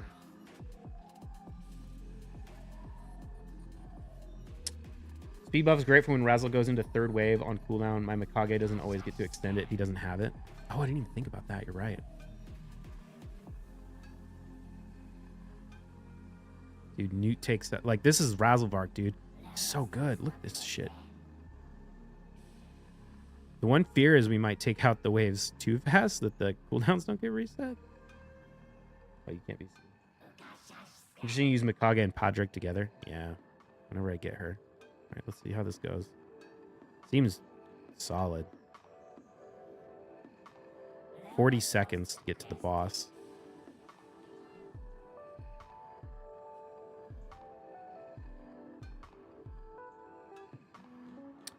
Thought about making Razzle open speed buff on the second wave and turn it off, but you need to use it for the passive.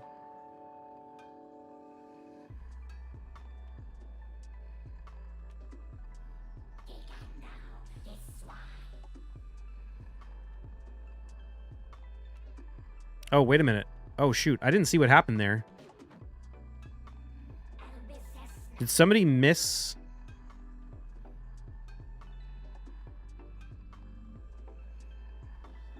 I'm just going to turn off.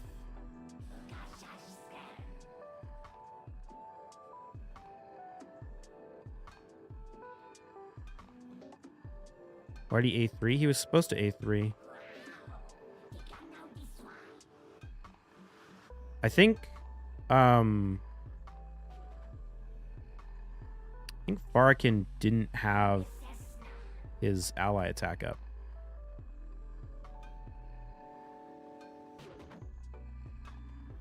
I think because we with the increased attack buff, we're killing it too fast.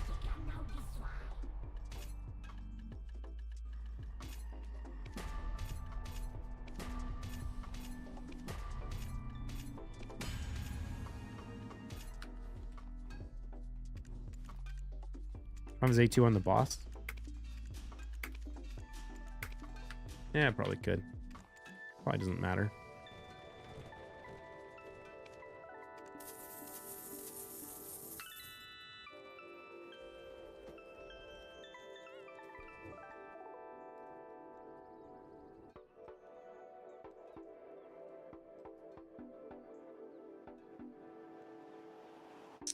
So that did make the waves a little bit longer. Although that might have just been like relentless procs and stuff. Just make sure this is all going smoothly.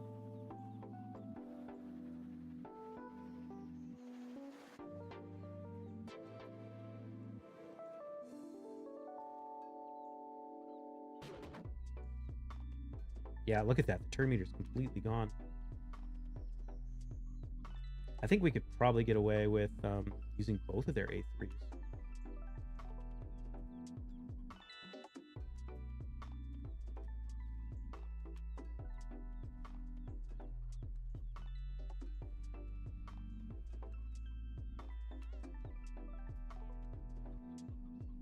Oh, you guys can't see it.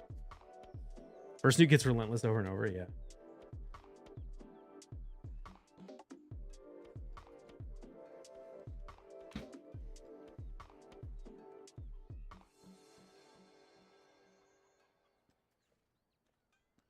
No, I guess that's the important thing. I still have more reblast? Come on.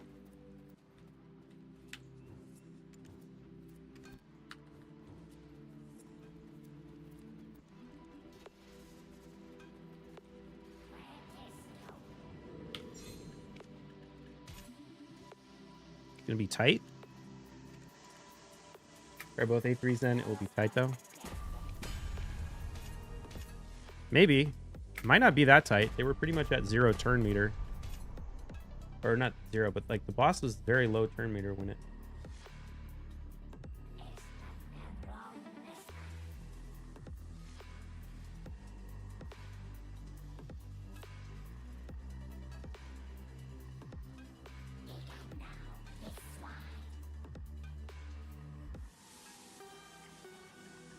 After the ally attack.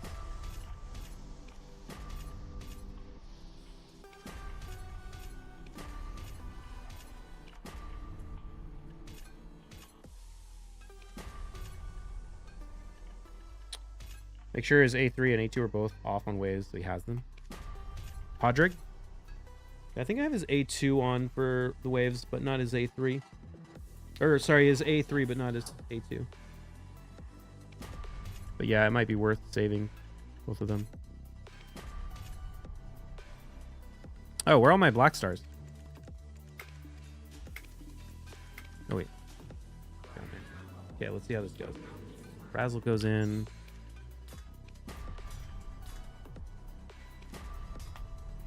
Podrick goes in.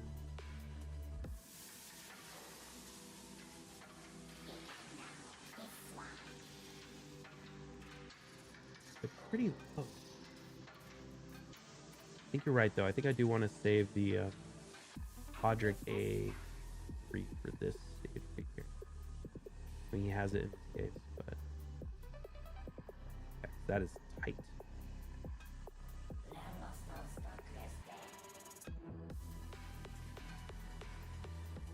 No, this might fail, actually.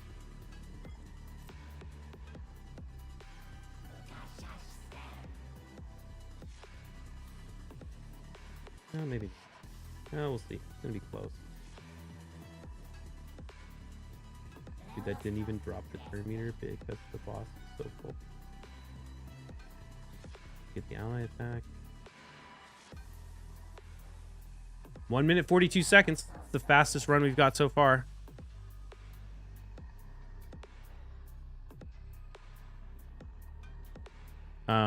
I think I do want to try. I'm a little afraid if we get a resist on one of the newts that it will fail, but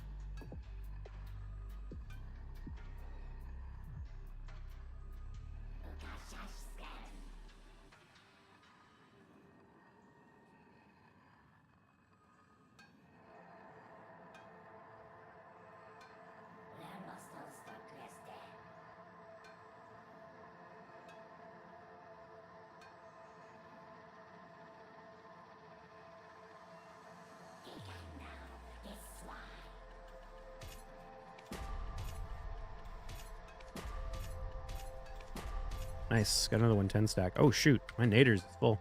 Do I need to blow this stack? Oh, no. We have lots of spaces on characters.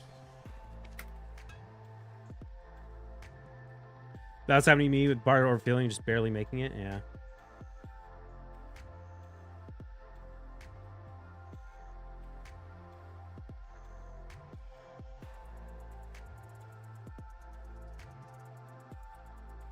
Fire Night area bonuses for speed or max? Yeah.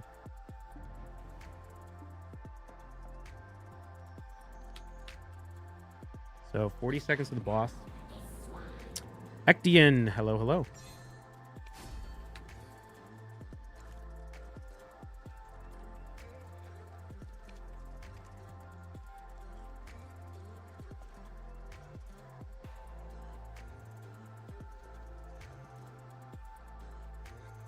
Oh yeah, this run's gonna be tight. I think we got. Did we get a resist or something right there? Yep.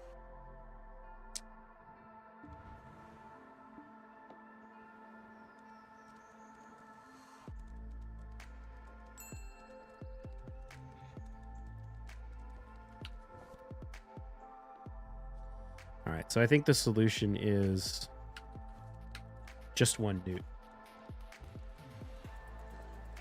Uses the A3 and the other newt always A2s or A1s.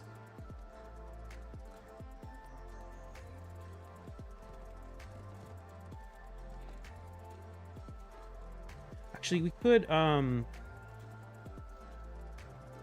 if we do this.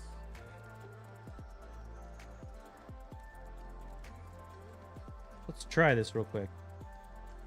We're going to do this time is we're going to force the first newt to A1 the first time. And then go into A3s. We put the banner on Podrick. He's like 300 something speed now.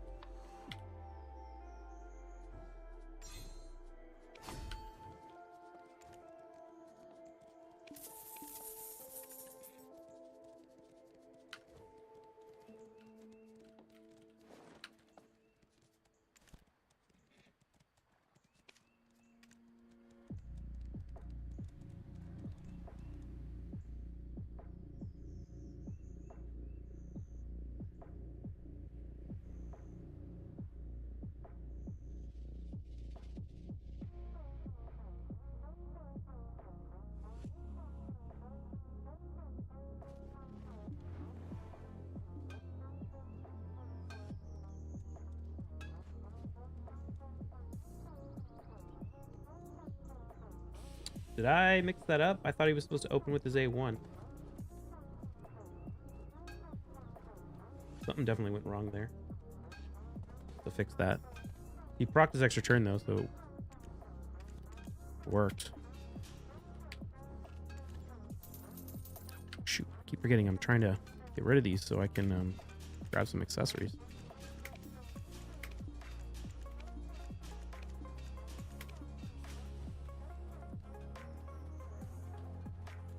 That's how the Wags are a joke, don't have to stress. Yeah. Can you change it on the slower one? It doesn't really matter which one, but I meant to, or I wanted to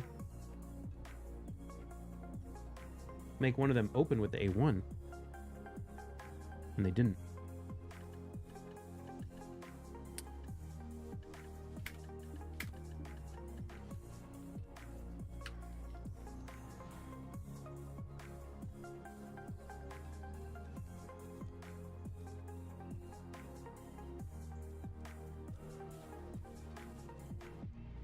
Oh, I set the opener in the wrong thing. That's why. I meant to set the opener over here.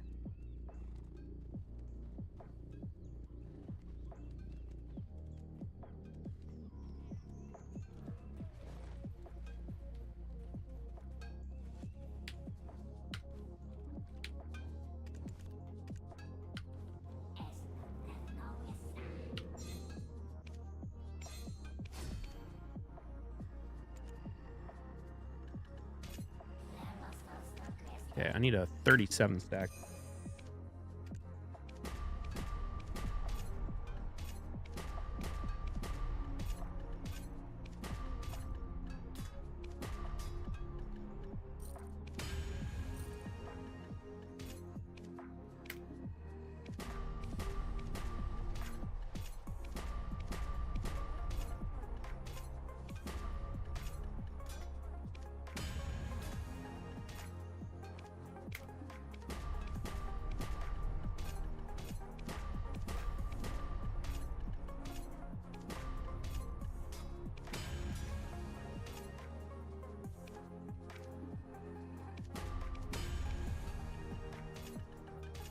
Another option you could also do with Podrick is just make the champions a little bit tankier. And that way you get the cleanse and the healing or the max HP destruction and stuff off Podrick. So you don't need to worry about actually taking a hit as long as you can survive one hit. Okay, there we go. Now we get a huge benefit from all those extra relentless procs too, because it means we get the extra A1 or the extra A3.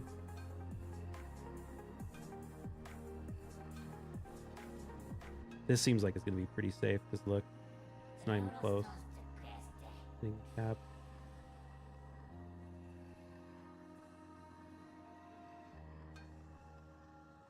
Even with a resist, I think we'd be totally fine.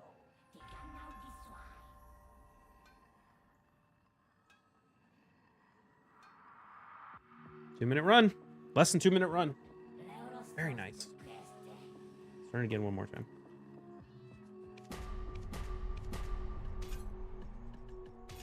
Taking hits from the shield is for noob. Oh, whoops, I didn't need to hit black star. Oh, well.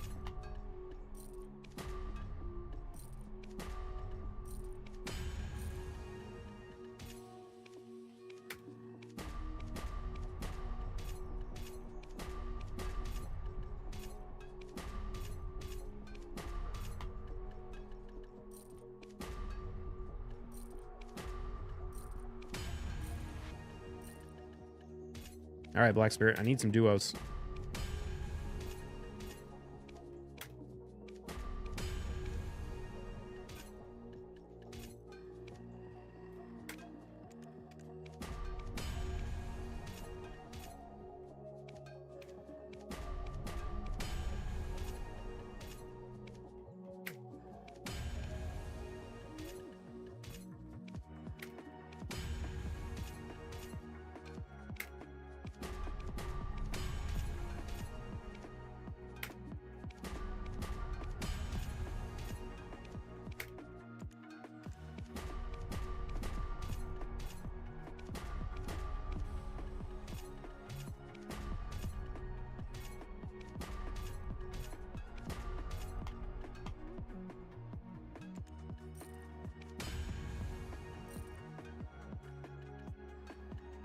Didn't really watch it that time to see how close it got. Seems like it's fine though.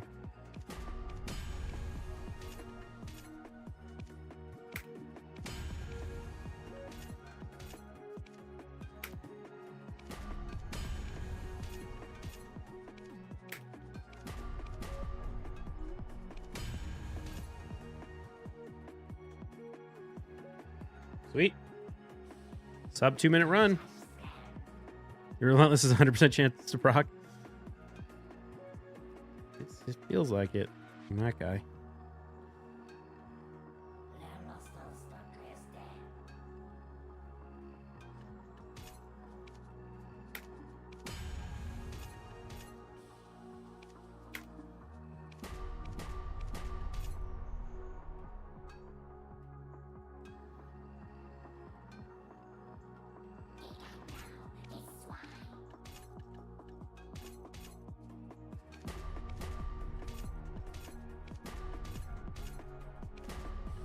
Okay, I got the 44. Nice. Another try.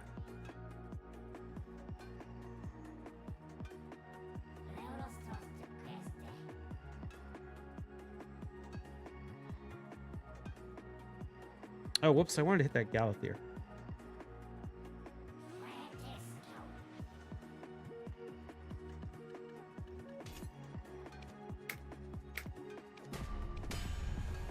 You know who counters Armons of faster Armons? Well, in Live Arena, you can't double pick Armons.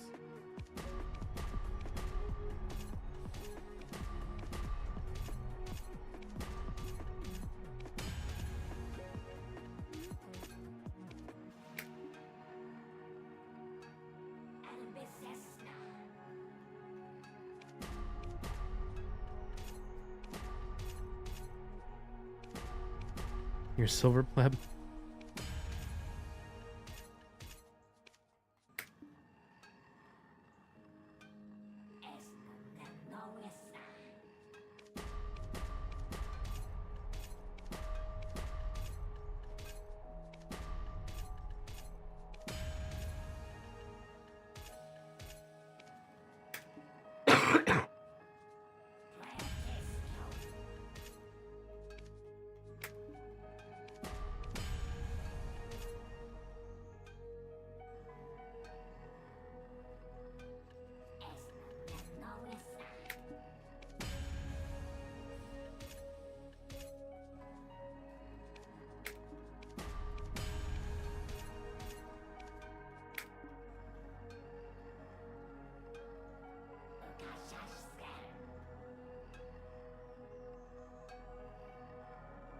Does anyone know if Quintus can one-shot Galathier without his, like, with his passive?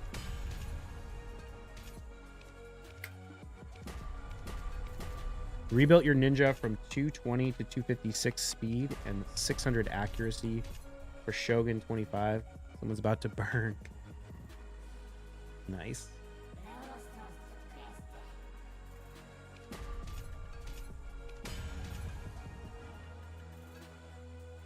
Never seen him in arena or anyone fight him? Oh, he's showing up in arena like a lot now. So broken.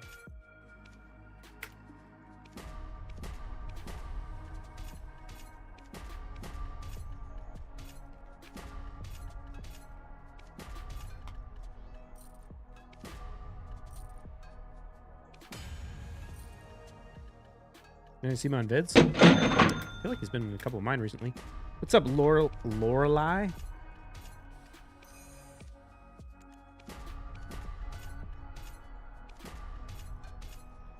Thank you for the follow. Okay, we got that. Everyone says he's OP, but when I first saw his kit, I didn't think so. I need to have another look. Yeah, he's super strong. It's his passive in Form 1 that prevents him from being killed. And then he can also fully revive the team. And then in Form 2, he's like a major CC champion with stuns and block active skills.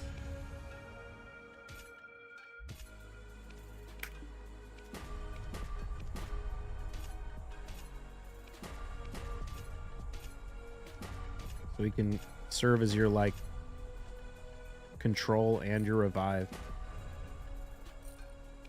And it's really hard to kill him. Sounds like Sigrun. Are they similar in that regard? In the sense that if you kill him, it's gonna block block the lethal hit. Yeah.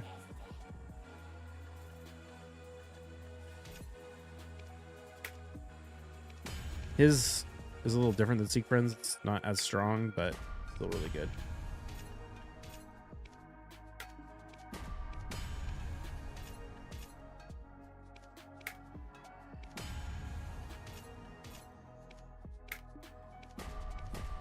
Sounds like Brassclad 3.0. Well, kind of, but Brassclad will protect your teammates, and Galathier only protects himself, but...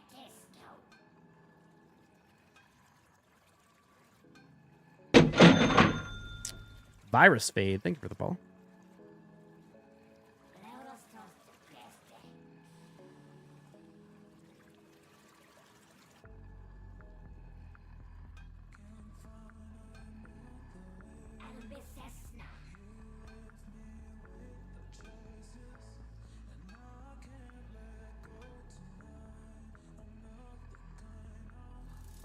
Pull for Kaja, the April Fool's event? No, I didn't have any...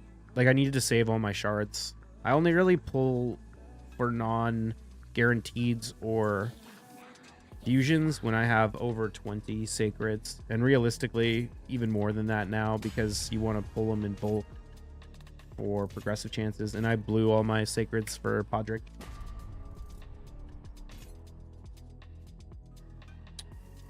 In terms of mythics, where does he rank for you? Top 5, obviously Crixia number 1. No, I think Galathier might be number 1.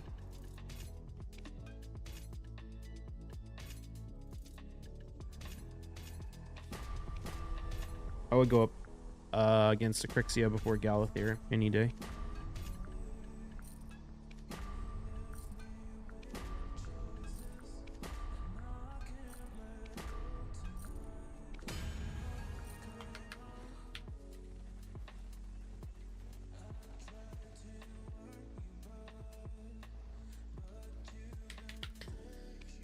Oh, next time, though. I need to save up some shards, man. I'm starting to feel like I should probably use what money I am willing to spend on raid to go for primal shards instead of energy. Because usually I'm like more willing to spend my raid budget on energy. But I'm feeling like primal shards are just like so important. Rather pull him first?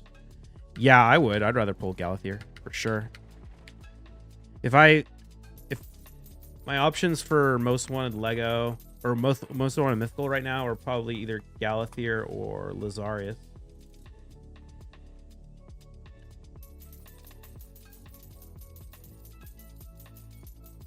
Way into arena so long term, that'd be way more impactful. I mean, you'd be surprised. Raid is like 80% gear and 20% champions, but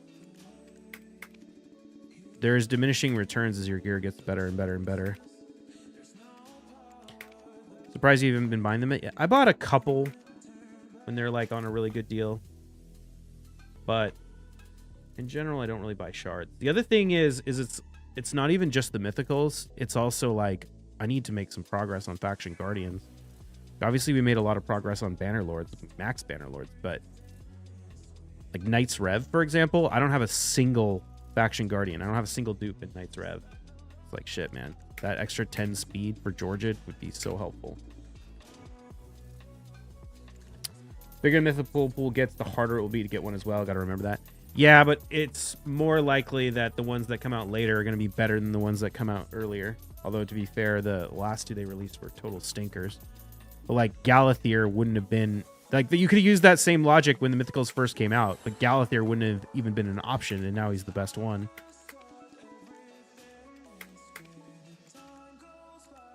Gear can make anyone look good, kind of. It's like, who's a better champion, Sifi or Diabolist?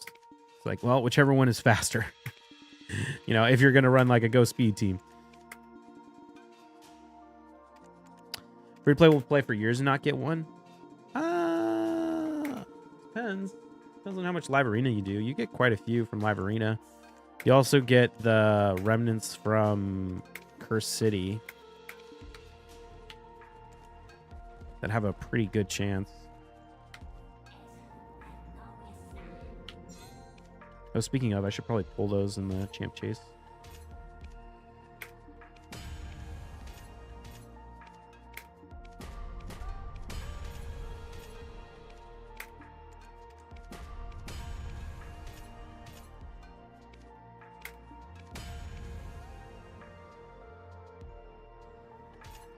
Primals are harder to get with similar mercy as ancient. Mythics don't exist. They're definitely a lot harder to get than ancients, that's for sure.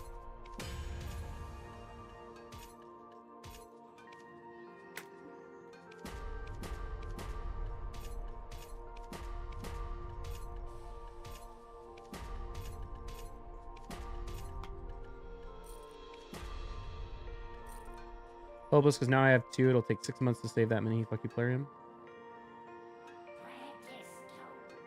You have 2 what?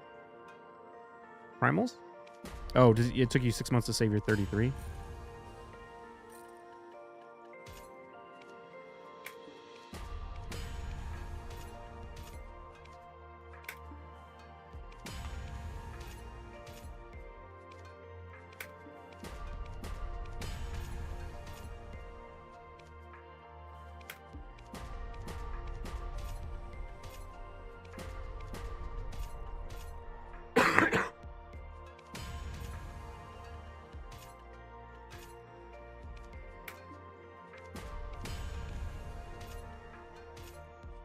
Use non-meta forever.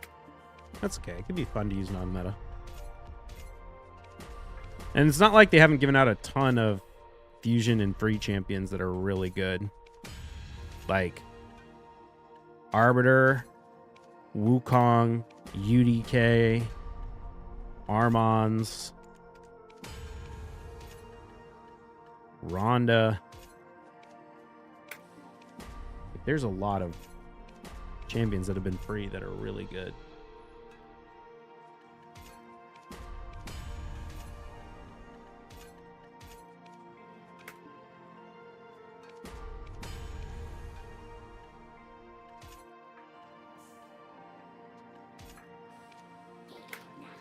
For Ugir, I haven't raved about because I don't use my turn 2 team much, but he counters Wukong so hard. Yeah.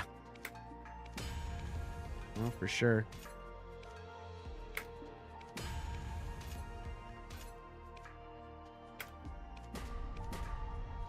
Now, Wukong is still in his Lightning Cage blessing from ages ago. If I think Crushing Rend is better, but I kind of want him in the Poly as well to fairly play Arena. Oh, whoops. No.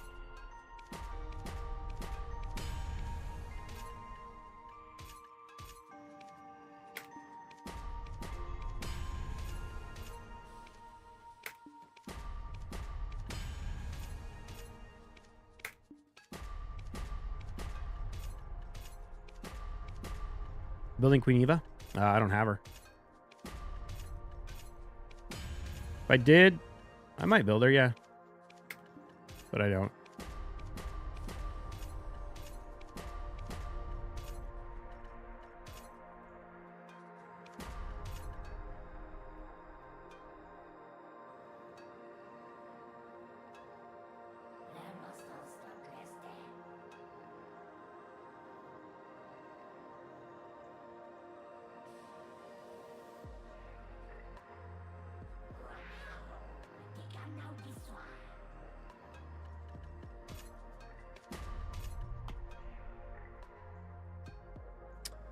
CR will probably give more value overall, but I don't want to waste a reset. Leaving it for now.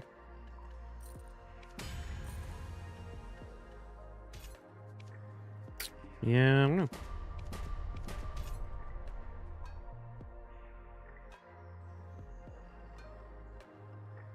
Queen Eva is worth building if she's already booked. Her A2 is 5 turns DD without books and 3 turn after. I don't think she's worth booking since Wukong is better. That's a really weird thing to say. Like, Wukong and Queen Eva are used completely differently. Unless you're talking about, like, block buffs for Hydra or something. But I would want a Queen Eva to counter things I could block revive, like Wukong.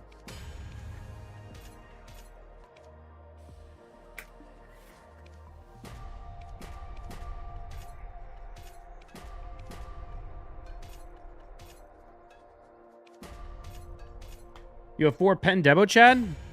I've had 3 pen Debos. I still don't have my earring, my second earring. I gotta make my current earring back to Tet. And then I gotta grind some bases.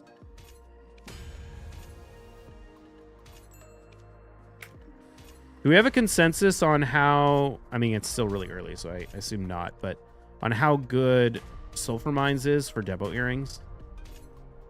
I was watching Choice grind there, and it seemed like it wasn't great, but I don't know yet. Oh, whoops, I still need more tries. Or reblath, that is.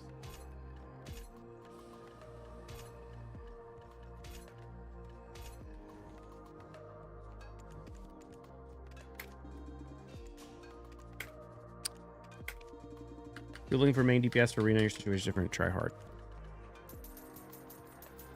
Yeah, I mean, again, it all depends on what you're going up against. Block Revive is really, really strong in Live Arena. Or in any arena. Because you block Revive the nuker and the fight is over.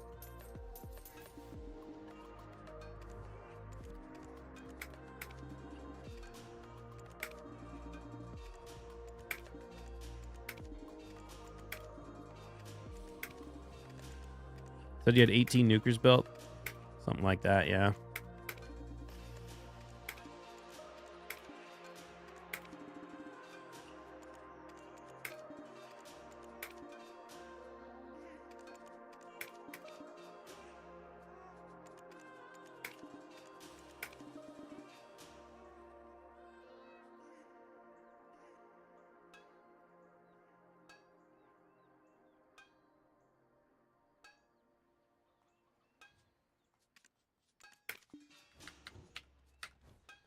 Probably run a better team.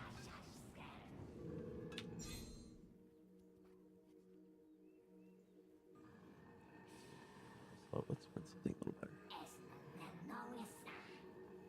I got a 6-star polymorph on my occult, or not polymorph. I got a 6-star blessing for my occult brawler. I haven't put it on him yet though. It's just so funny. I don't know if I'll ever use him anywhere, but. Lydia and Arena has good counter to Marichka, but after a while, Marichka teams always banner. Yeah. There's a few good counters to Marichka. Honestly, Marichka, Taurus and Marichka, everyone like complained about them for so long, but I never really found them like that bad. Nos Gaming, thank you, Paul.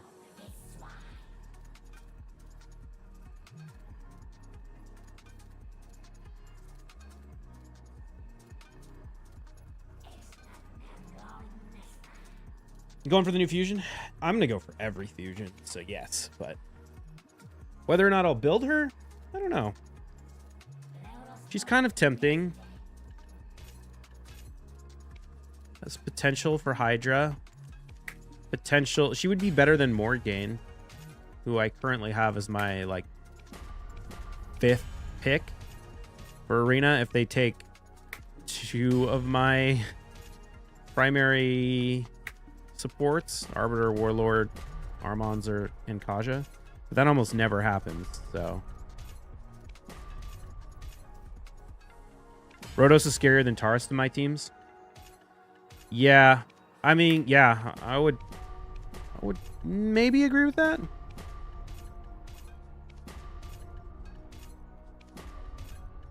Wukong is the scariest. Like, Wukong is way scarier to me than Taurus.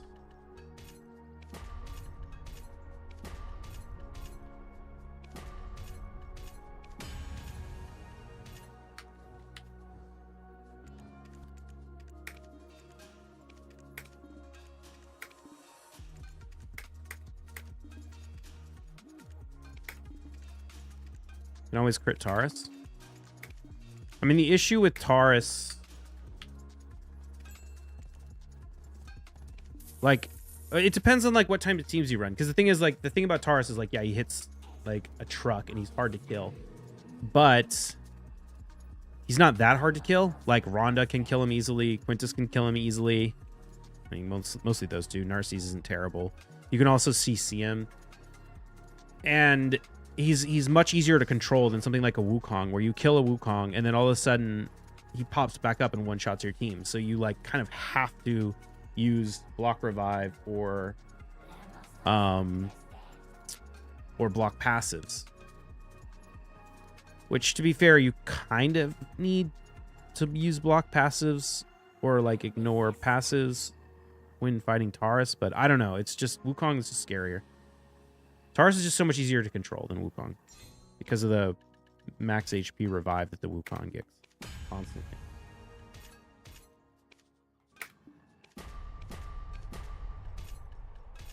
And even in the, like, Taurus Marichka meta, I didn't find Taurus as scary as everyone else seemed to.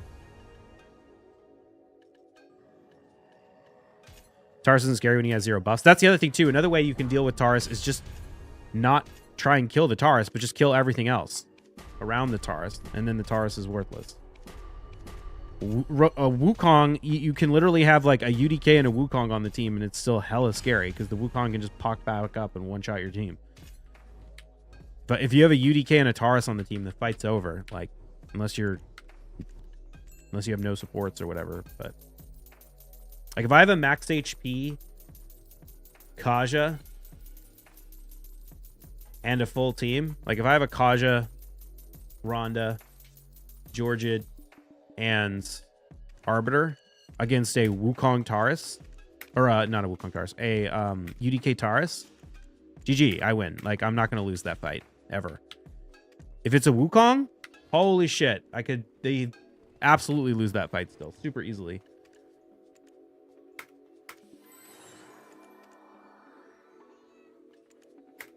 They only have the world's best Kaja. I don't think there's as much competition for that as it would be if it was, like, the world's best Siphi, but she is pretty legit.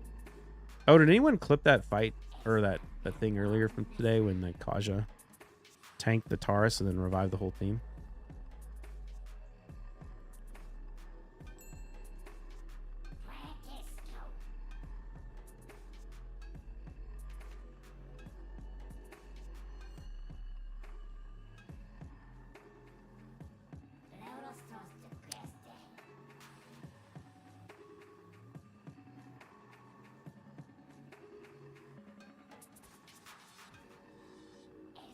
Put my Uger and Harima team versus Wukong team and tag Wukong reviving procs Uger nukes and helps grind down teams. It's counterproductive. Yeah, I mean, that would be great. If I had Harima, Wukong might be less scary. I don't have any great nukers to counter Wukong other than just, like, blocking passive so he doesn't come back or blocking revive entirely. I mean, the only one that really does is Harima. I guess Georgid or not Georgia, Goffred, kind of can be used to do that, but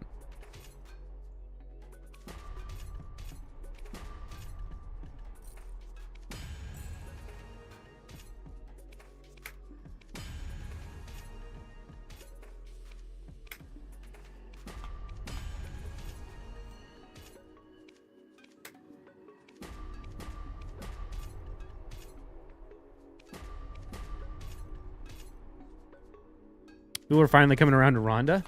I mean, people have been hyping up Ronda. Like, high-end players have been hyping up Ronda forever. But yeah, I definitely waited too long to build a Ronda. Now she's like one of my most used nukers. But as soon as I get Carnage, we'll see how much play Ronda actually gets. The only thing that might save Ronda is versus UDK teams, because the Ronda can put up the block passes and block debuffs or block active skills before attacking, whereas the Carnage does it on hit.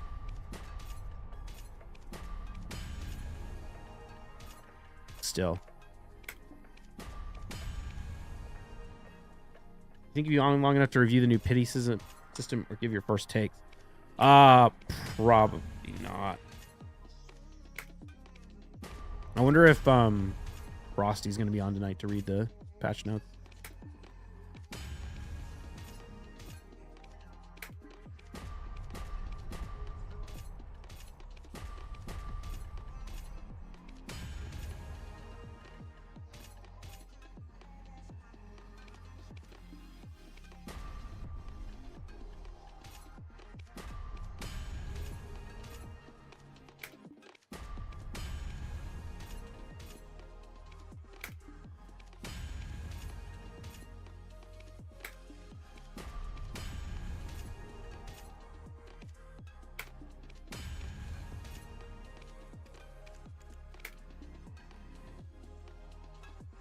I haven't seen Frosty stream in a while. Where did he go?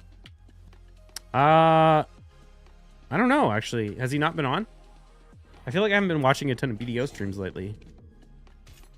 Although I did look for him today and I didn't see him, so I don't know. Usually, sometimes he streams in the afternoon. When was the last time he was live?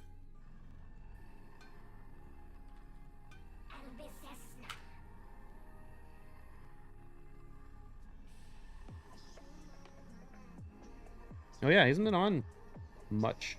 He's only been on 2 streams in the last 3 weeks. Wow. Maybe he went on vacation or something? I don't know.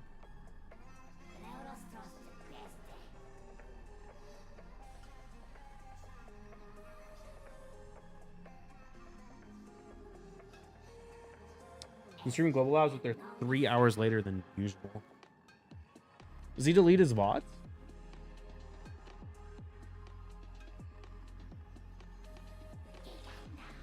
Surprised they haven't hit it at all for any new content. I don't need new content right now. I want a break to catch up with Centranos. I'm ready for some repeats of Centranos so I can breathe for a second.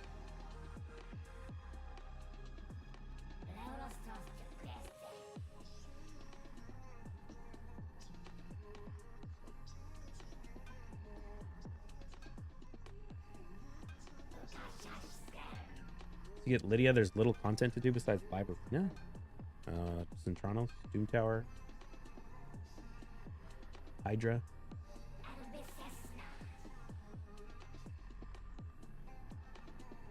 And there's still one more rotation. I think the data mine had 5 initially, so yeah, there should be one more.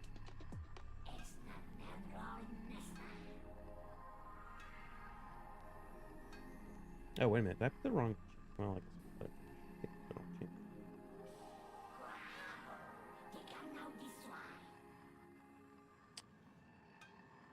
Your break is what the Titan events are now. They don't want us to ever have a break. Yeah, it's relentless.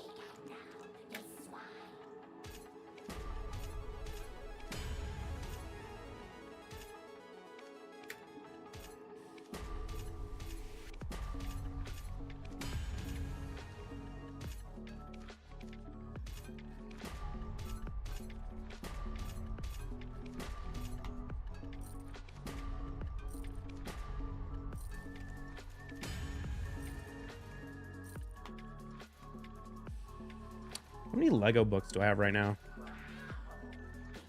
Kind of want to build my... I got 22. I kind of want to build my Rathalos this week. How many do I need for Rathalos?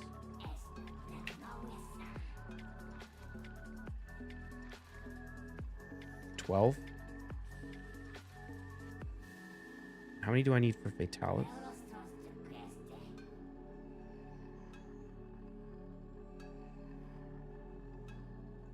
4, 12. I need 24. That's pretty close, honestly. Booked Alika today. Gonna take her for a spin. Nice. Yeah, Alika's an interesting champion. I want to use her at some point. I was thinking about using her as a Narcissus, or not a Narcissus, Sequin counter.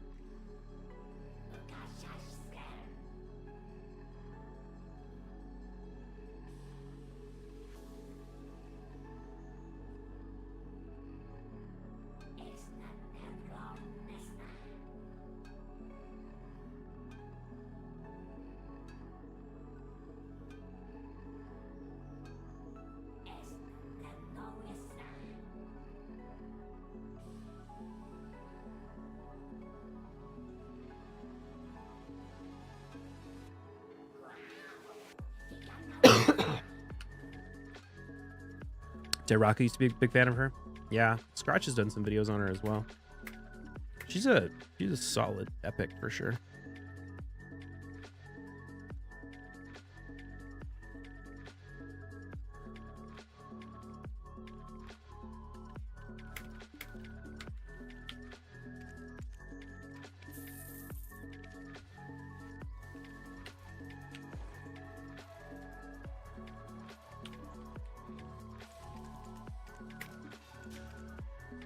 Hits triple.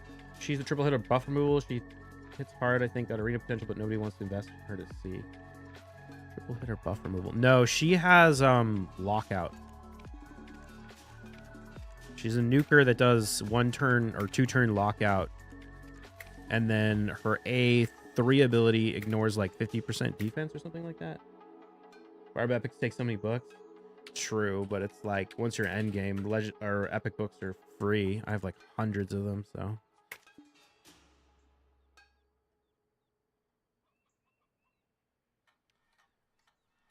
yeah. So it's taxable enemies, 75% chance of increasing the cooldown of all enemies. Well, books to 100%. Skills by 2 turns. It's got a 4.8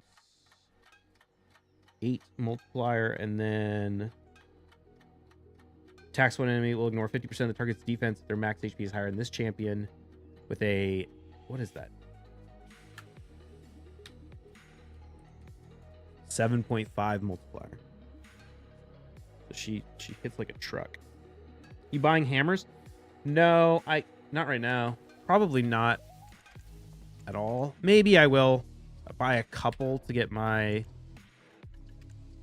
Debo, but I don't think it's like worth buying hammers for anything. Like it's not worth enhancing with the hammer, or it's not worth like making pens to sell. So if I was buying a bunch of hammers, it would be to either use them for my own personal gear or to sell them in the future if the price goes up, and I'm not really sure the price is going to go up.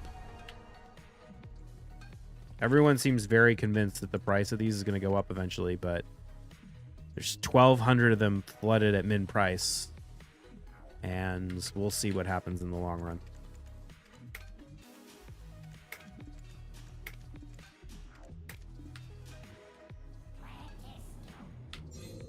You will go up for sure. You seem very confident in that, and I'm not sure why.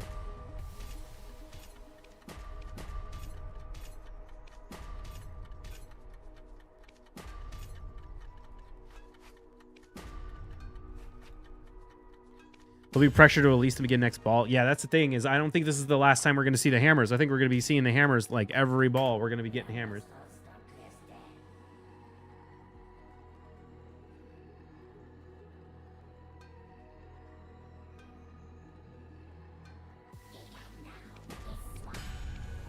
Value of the hammer is way higher than on you than an A.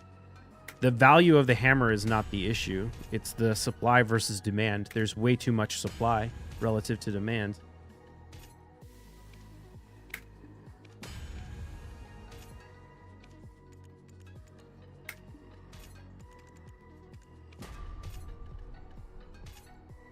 It's really not even that different between... If anything, you could actually argue that the hammers are more valuable on NA than they are on EU. Because it's not like cron stones are free on NA either. Most people have to use vendor crons. And the tets are a lot more expensive on NA than they are on EU.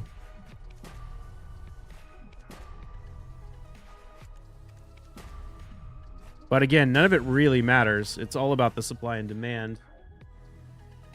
And I just think there's a huge supply and a relatively small demand.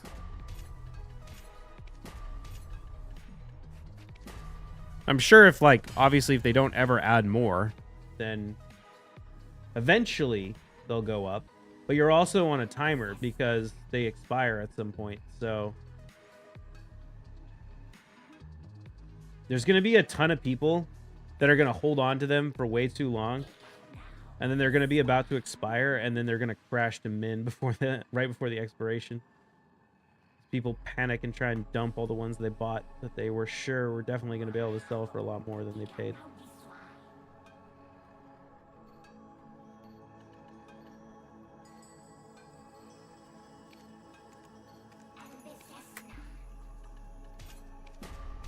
The last 12 hours, 1,500 hammers have been sold in the EU.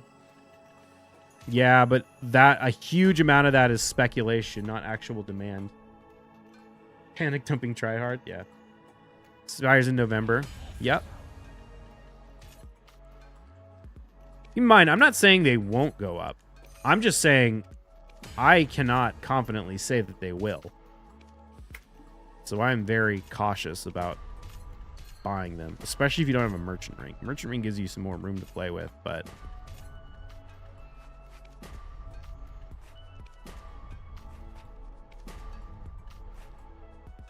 Given how AFK friendly BDO is, it's also like the supply is going to not just dry up. There's a lot of people that are going to be picking those up, new players, and the new players getting them at 200 hours. I mean, you play this game for like 2 weeks and you leave it up AFK fishing every night and you're going to get a hammer. And 2 weeks in, you're not going to be interested in making a Pendebo, but you'll be hella interested in getting all that money. So, the rate, like, the other thing people don't understand is how much flux there is in new players coming into the game constantly. Like, people come play the game for a little while and then quit. Like, that's your average player. The people who are coming onto Twitch, the people who are coming onto YouTube, the people who are getting, you know, highly progressed in the game are an anomaly. Most people only play very briefly. So all those casuals are going to be looking at that money from that hammer and going to be dumping it on the market constantly. So they might go up. It's probably not even unlikely. It's probably likely that they do. But people seem a lot more confident that they definitely will than they should be.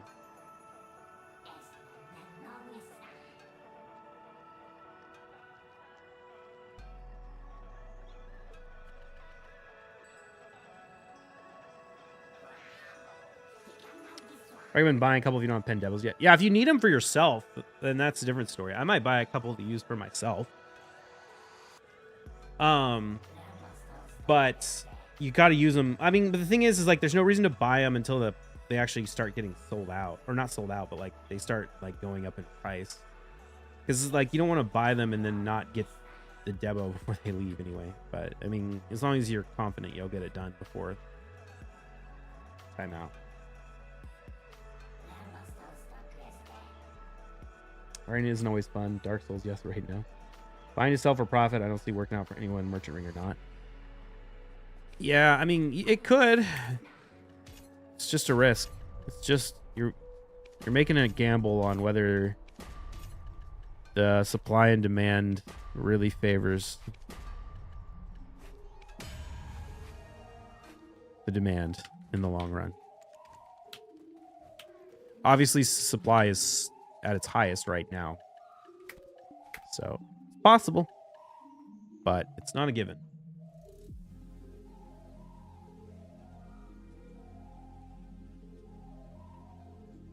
Damn, I just ran like all the secret rooms on this rotation.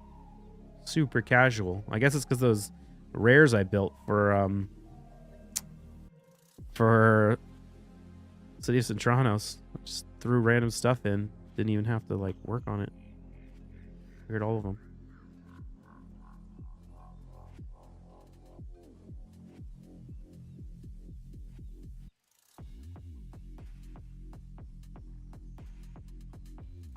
So, rational respect, you want a silver stockpile with all the new content announced? Yeah. How my pre-orders doing? I almost got this boot all the way to max. That'll be nice. Guess we can make some more of these.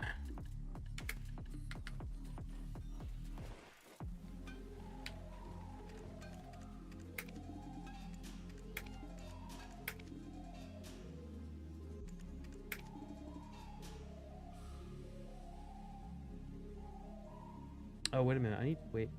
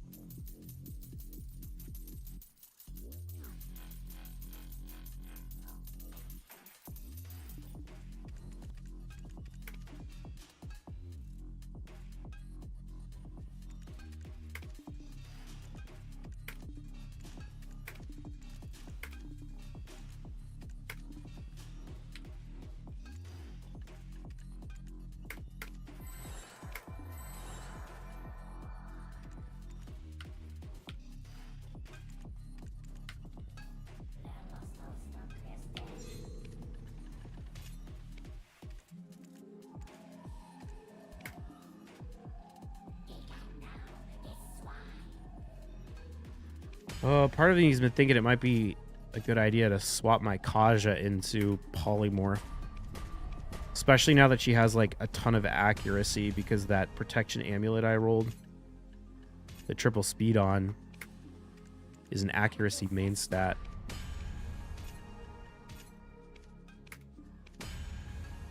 I really like having the max HP destruction, but with Armon's being so annoying, starting to wonder.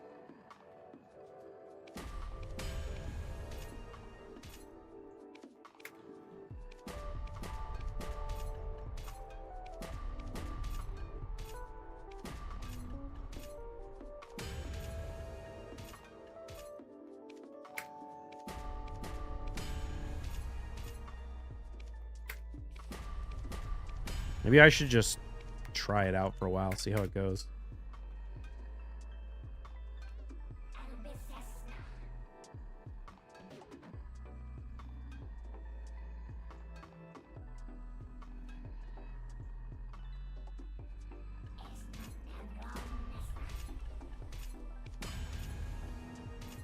Okay.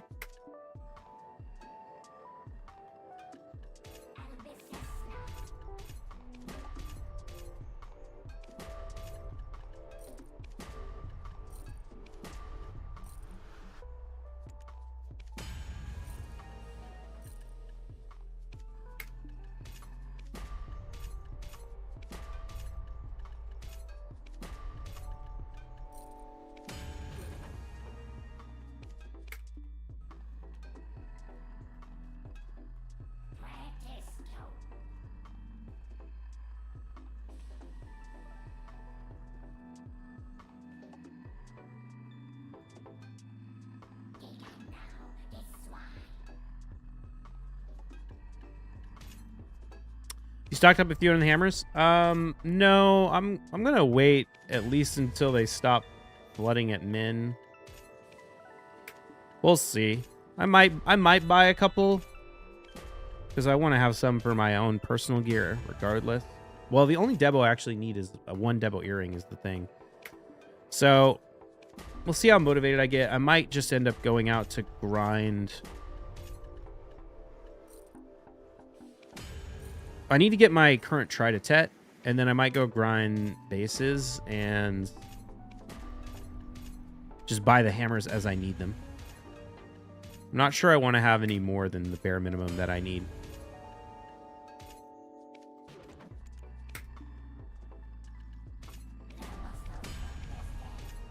I'm not sure if they're going to stay completely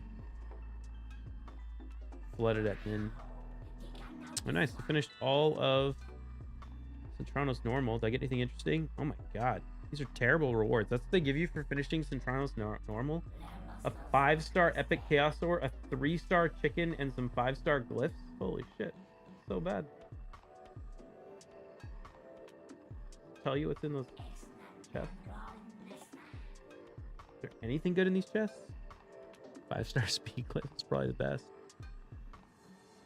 Oh my god. Why are the rewards so bad for this?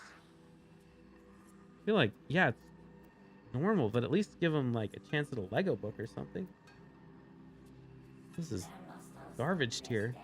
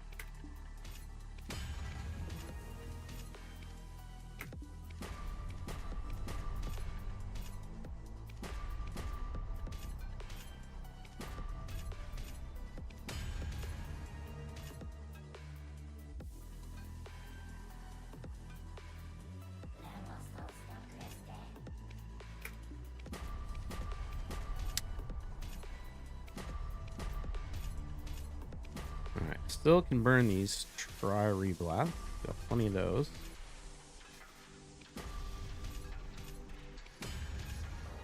Okay.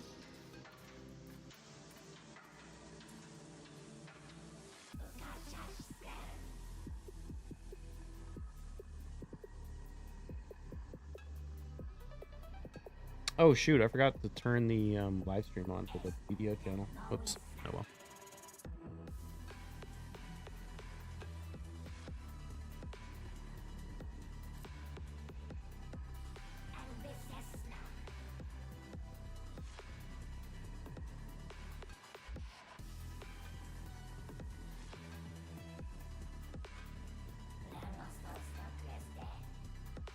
Oh, that's right. I didn't want to farm Iron Twins yet because I was going to try and finish these missions once the Dungeon Diver starts. If I get ahead of it. Need mythical boots. Only thing, and then it's easy. And then I just got to do Hydra.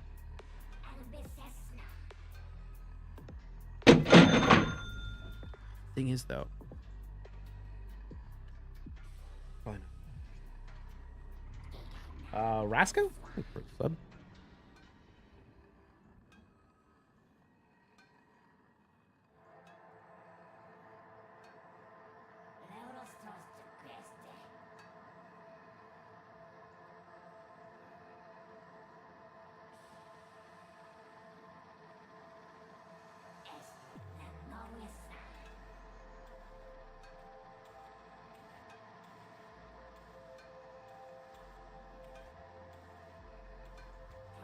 Oh, shoot. I just realized Podrick has a better aura than Razzlevarg for Fire Knight. I need to go swap that out.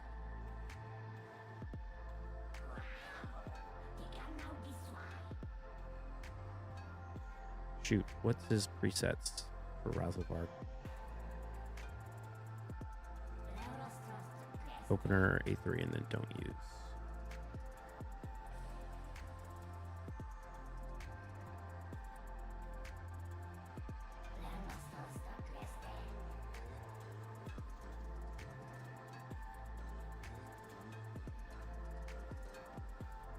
Jim beating your ass. Well, that'll help maybe make that a little bit more consistent too.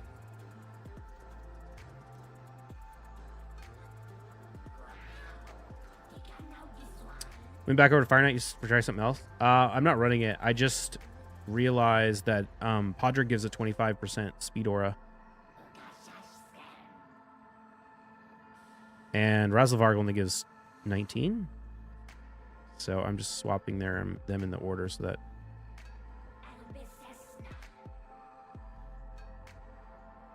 Podrick goes first.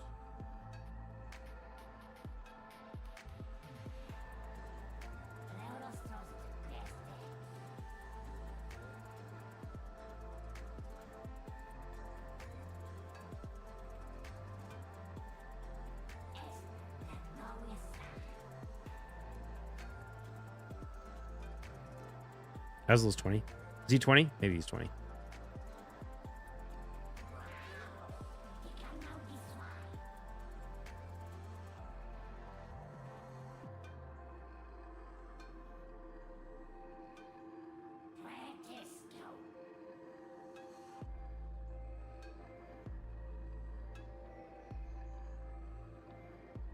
So many benefits from him. I didn't book last CVC because my clan decided to pop off. We didn't need the points.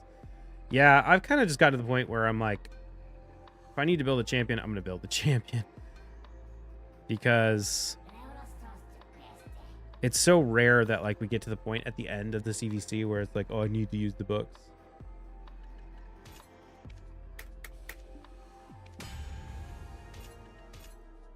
Like, I'd almost rather just do it during like a champ training tournament to get the extra points than CVC. I'm always usually like pretty high scoring in CVC anyway, since I usually pop a bunch of energy, and that's when I do all my Sand Devil farming.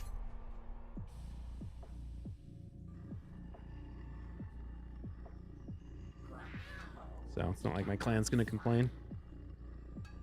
Blow way past the requirements.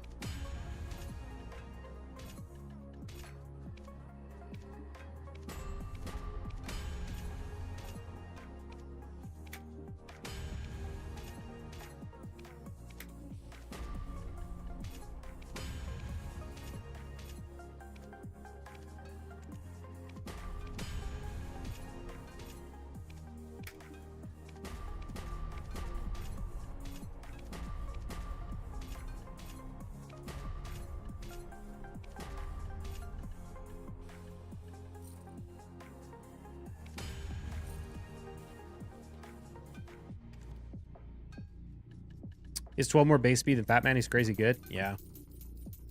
He is legit. I'm going to try him in Hydra this week, too. I think he'd be really good with Rathalos and Hydra. That's kind of why I want to build the Rathalos.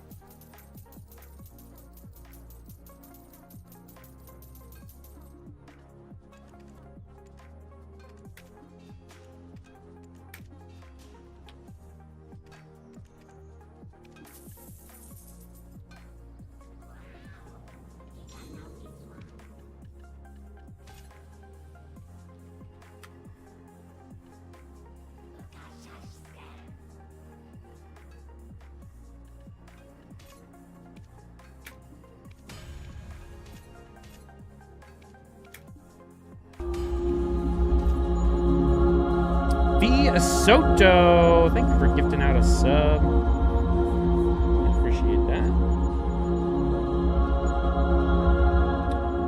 Everyone loves Rathos besides me, I guess. V Soto _ gifted a tier 1 sub to Rowena McLeod. Let's see. What are we going to click?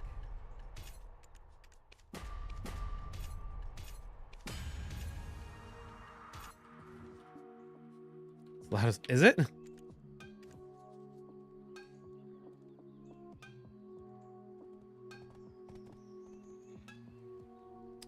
You know how many fail stacks you get for failing boss armors like Tet to Pen?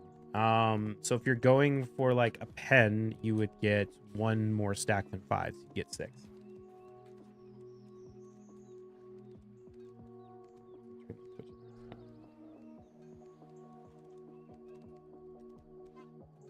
Sounds like a damn airplane. All right. Thank you, thank you, thank you.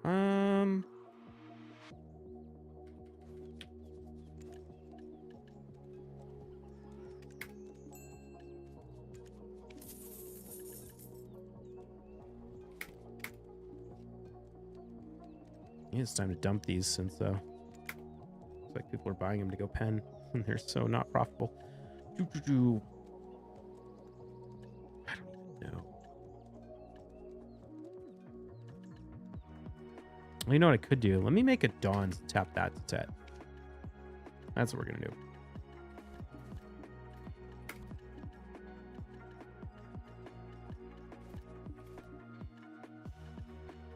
Gotta make it first. So it's gonna take it.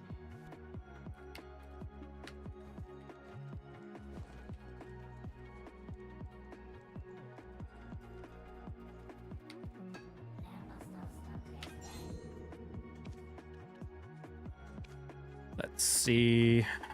We want to go. Black Spirit be cool.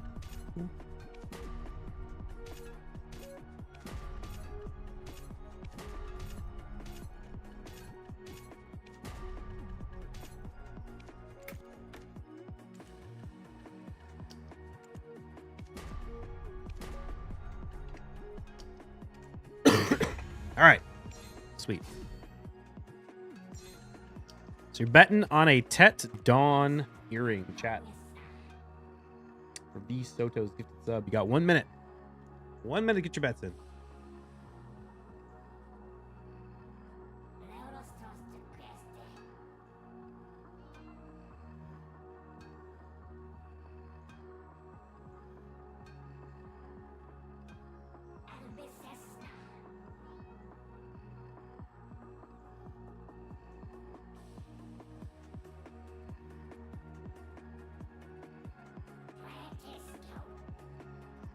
$30 seconds.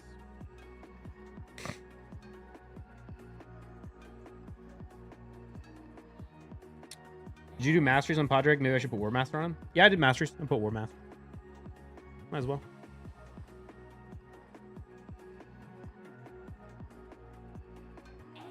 Doesn't really need Masteries that much since, you know, he doesn't get any benefit out of like accuracy or, you know, he doesn't ever get hit, at least in Fire Knight, since you kind of kill the waves before they ever take a turn and then kill the boss before he ever takes a turn.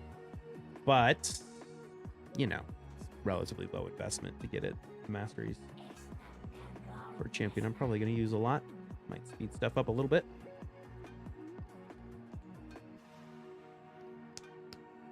What's up, fucking sensei? All right, how much time you got? Oh, you're out of time. 46% in favor of success, 54% in favor of fail. Here we go.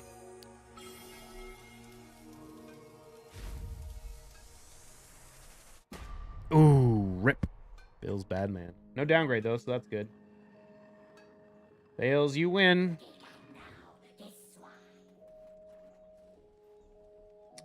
Let's put that spreadsheet.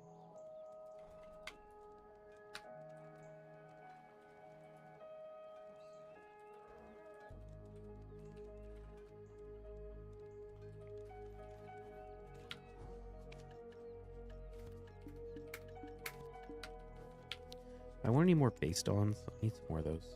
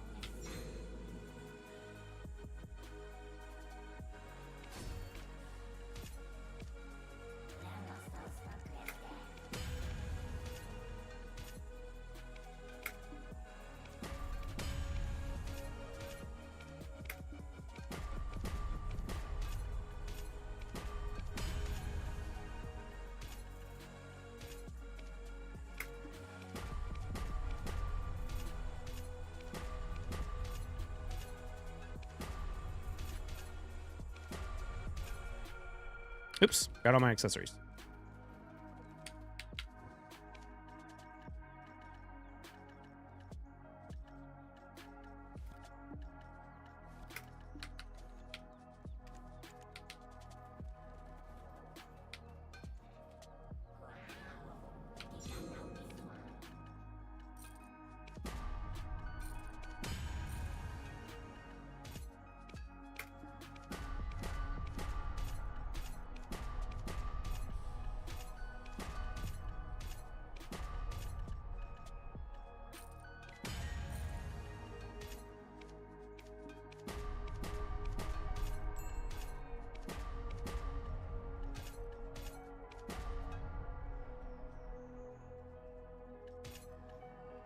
I have to do it when RSL helpers back up. Yeah, that makes sense.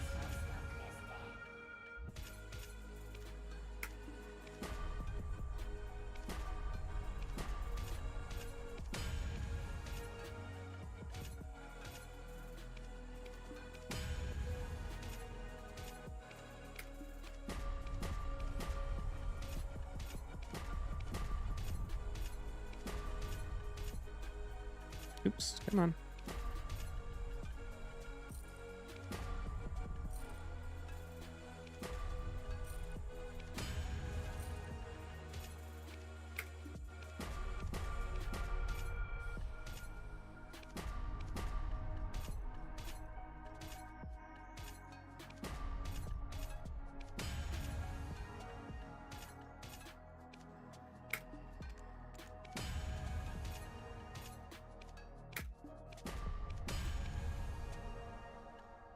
Surprised there's a void shard in champ training. Gonna knock that out real quick.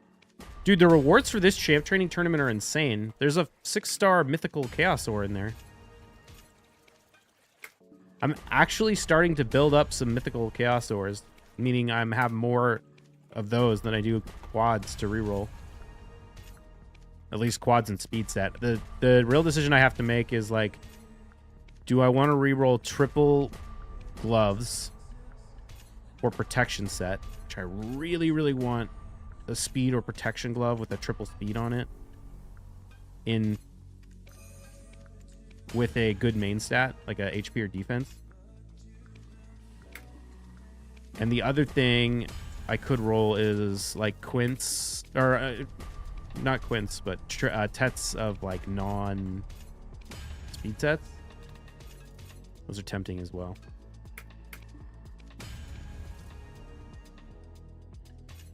Check and saw people are skipping so they make the rewards better.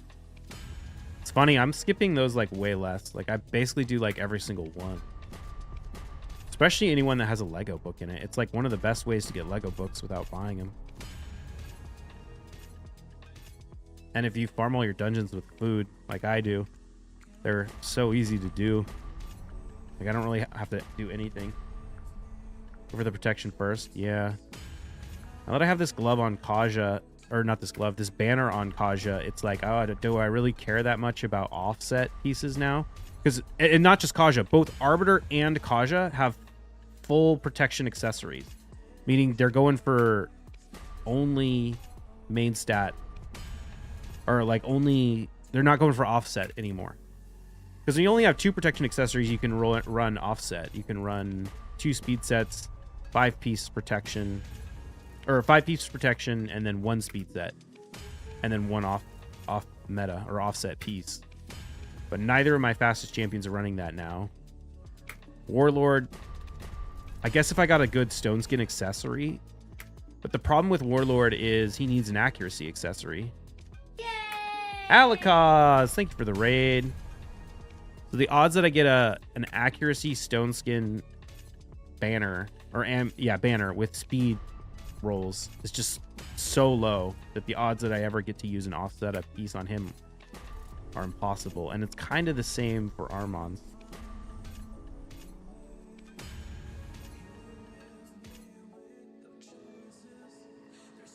Offset squad piece rolls are great, but I think protection ones will age better. Yeah, and that's the thing is I kind of already have, like, I already have a weapon. I already have like many chests.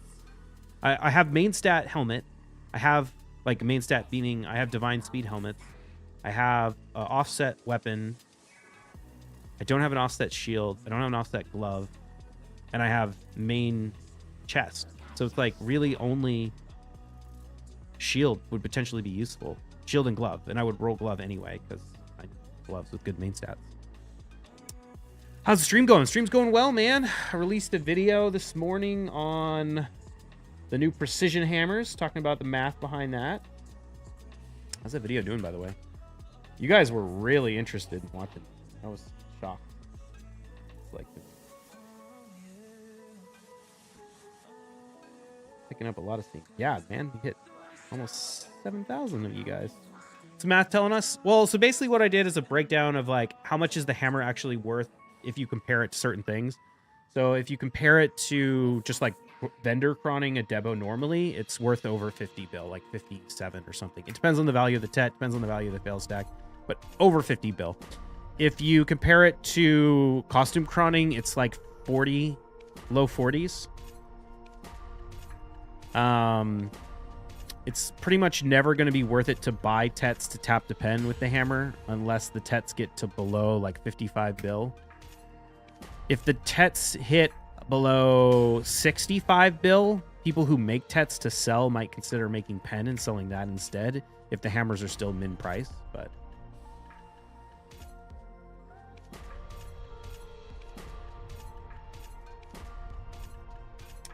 7K, nice. Yeah, that's on the BDO channel.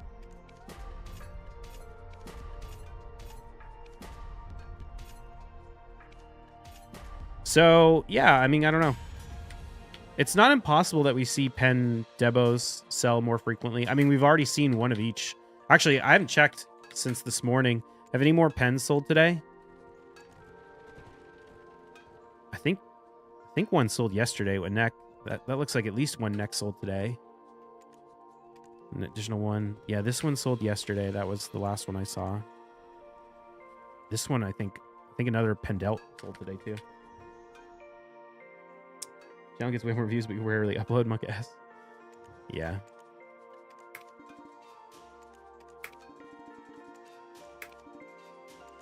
It's funny, my raid YouTube channel is actually starting to get more monthly views than like any of the BDO stuff. It's just raid main game. No, not really. I'm actually very content doing both.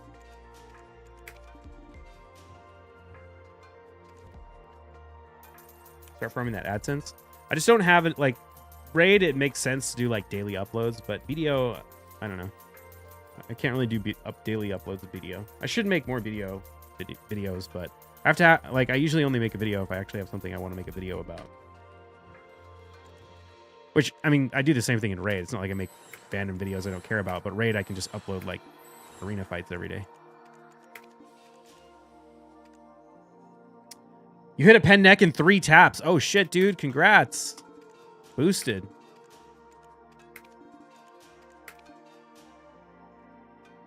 Converted my free Tet Blackstar to a Goddard.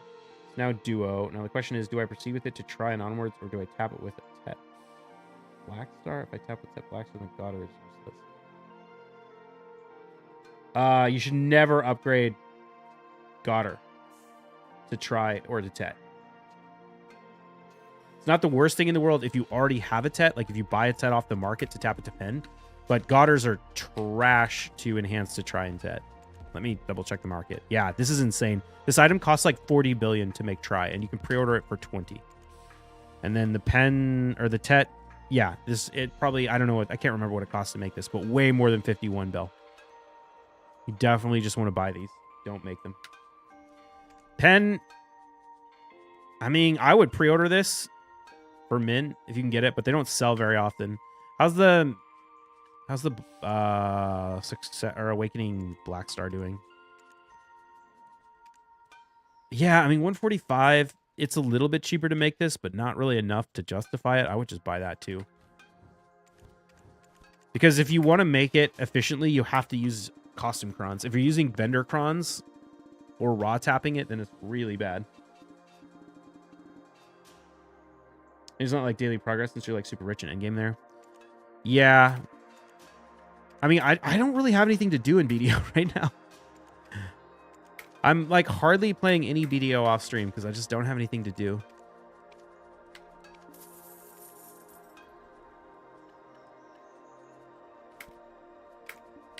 Now, I might like enhancing is basically dead with the exception of making like lightstone fuel, and that's like hella or not lightstone fuel, lantern fuel, Dekia lantern fuel. Everything else is like trash. So it's like, how much effort do I really want to put into that?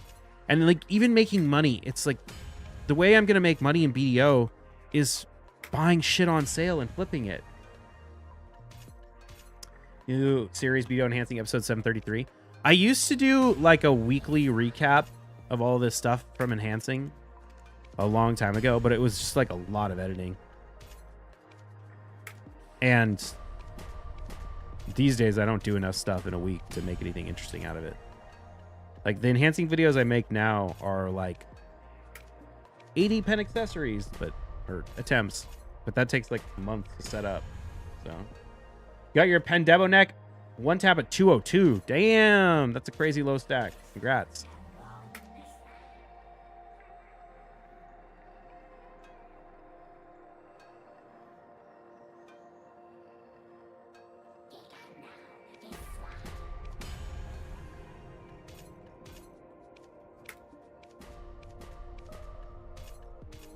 I am kind of excited and kind of tossing the idea around of like going for icons once they merge the life skills. Like the fact that they're merging all the life skills together, like making them family wide, does tempt me into maybe caring about icons again. But the problem is now I don't play the characters that actually have the life skills on them, so the icons are, you don't get the icons. Like going for Pen Fallen God. I mean, going for Pen Fallen God just means making a lot of money to blow on Prawn Stones. But making money is pointless. Like, there's no money that's good. Like, there's nothing I can do in the game that's good money other than just, like, marketplace arbitrage. And the problem with arbitrage is, like, okay, so an event crashed the memfrags to 3 mil, and you spent hundreds of billions of silver on them. And in 2 months, you're going to sell them for a huge profit. Great. But what do you do for the next 2 months while you wait for that event to happen? And then after you sell them all, what do you do for the next 2 months while you wait for another event to crash the price again? Like, that's my problem is what do I do in between? It's like, okay, I go grind. It's like, oh, do I really want to grind for money at this point? Like, it's not really going to make any meaningful amount of money to me. Like, I'd have to grind for like 1,000 hours to make a noticeable amount of money. I don't know if I have that in me.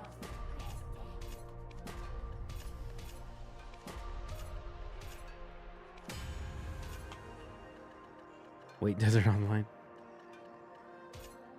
High fail stacks? I already have 3 400 stacks, and now that we get the bonus fail stack when you fail Fallen Gods, it's not even worth using stacks, like making stacks that high anymore. So I already have all the fail stacks I need too. 500 plus? No, you don't want to make a 500 stack anymore. Because the +1 fail stack when failing crons made making super high stacks for Fallen God not worth. Look, we already got a 424. I need to blow these tests. Wish me luck. We don't want a pen.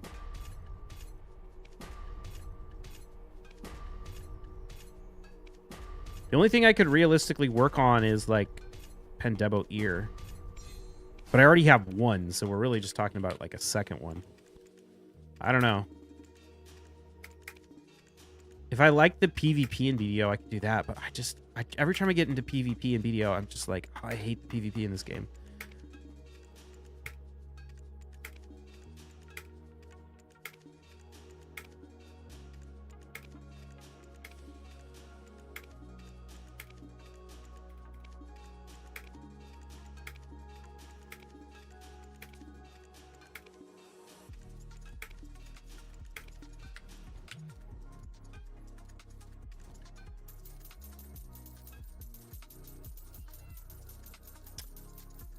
Or you did PvP once that dude kept stunning you?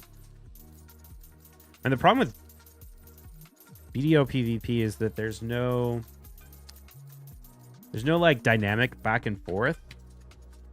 Because the damage is so high, as soon as one person lands a CC, you just instantly die. And so it's kind of like just hopping around using protected abilities until one person lands a CC on the other one and one-shots them. or their class is just stupid OP and they kill you while you're standing up in your protected ability. But neither one is super interesting, in my opinion. I mean, some people love it, so more power to them, but it's just, I like more strategic PvP, less Twitch PvP, especially as I get older.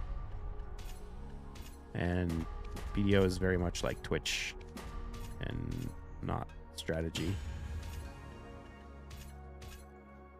I mean, there's some strategy in like trying to bait your opponent into using certain things and whatnot, but you just also don't get the intensity you get from a game with like a slower time to kill.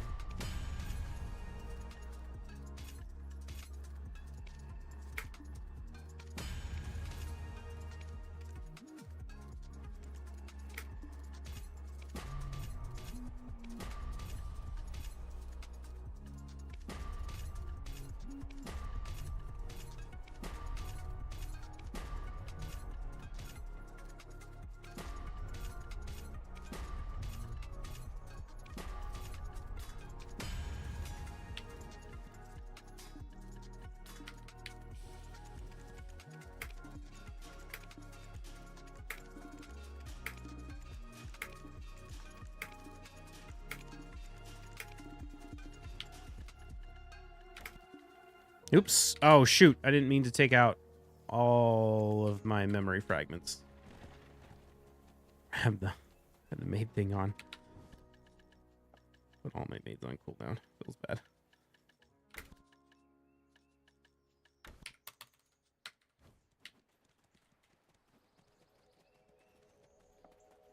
Although that being said, I need to go eat dinner anyway. So maybe that's a good time to end the stream. I don't think I asked, did you pull any soul stones to skip the tourney? I did. I pulled all my soul stones. I didn't get anything. I recorded it, but I probably won't even upload it because I didn't feel like it was very interesting. I think I shouldn't have pulled them because I think I should have saved them a little bit longer so that I could make sure I got the max rewards. But then I got an extra one from, or I got an extra handful from Hydra, and I pulled a 6-star Occult Brawler, which, you know, not necessarily great, but it did give me a bunch of points. So I was able to get the Mythical Chaos Ore from the event, but I didn't get anything interesting. I got a 3-star Narcisse from the shop, so that was cool, but it's pulling every 2x. I'm going to pull every 2x, but I'm going to, or not every 2x. I'm going to pull on 2x's when I have enough to make sure I can get the max reward. Oh, you're watching 3-frame BDO because we minimized it. Let's go find someone to raid.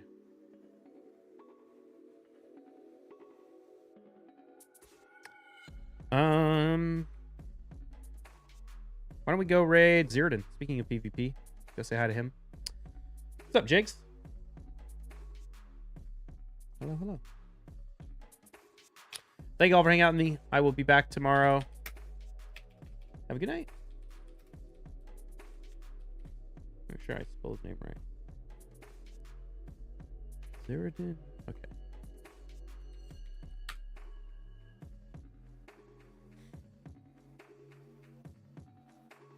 Good to see you again. Hell yeah, man. Here we go. Peace.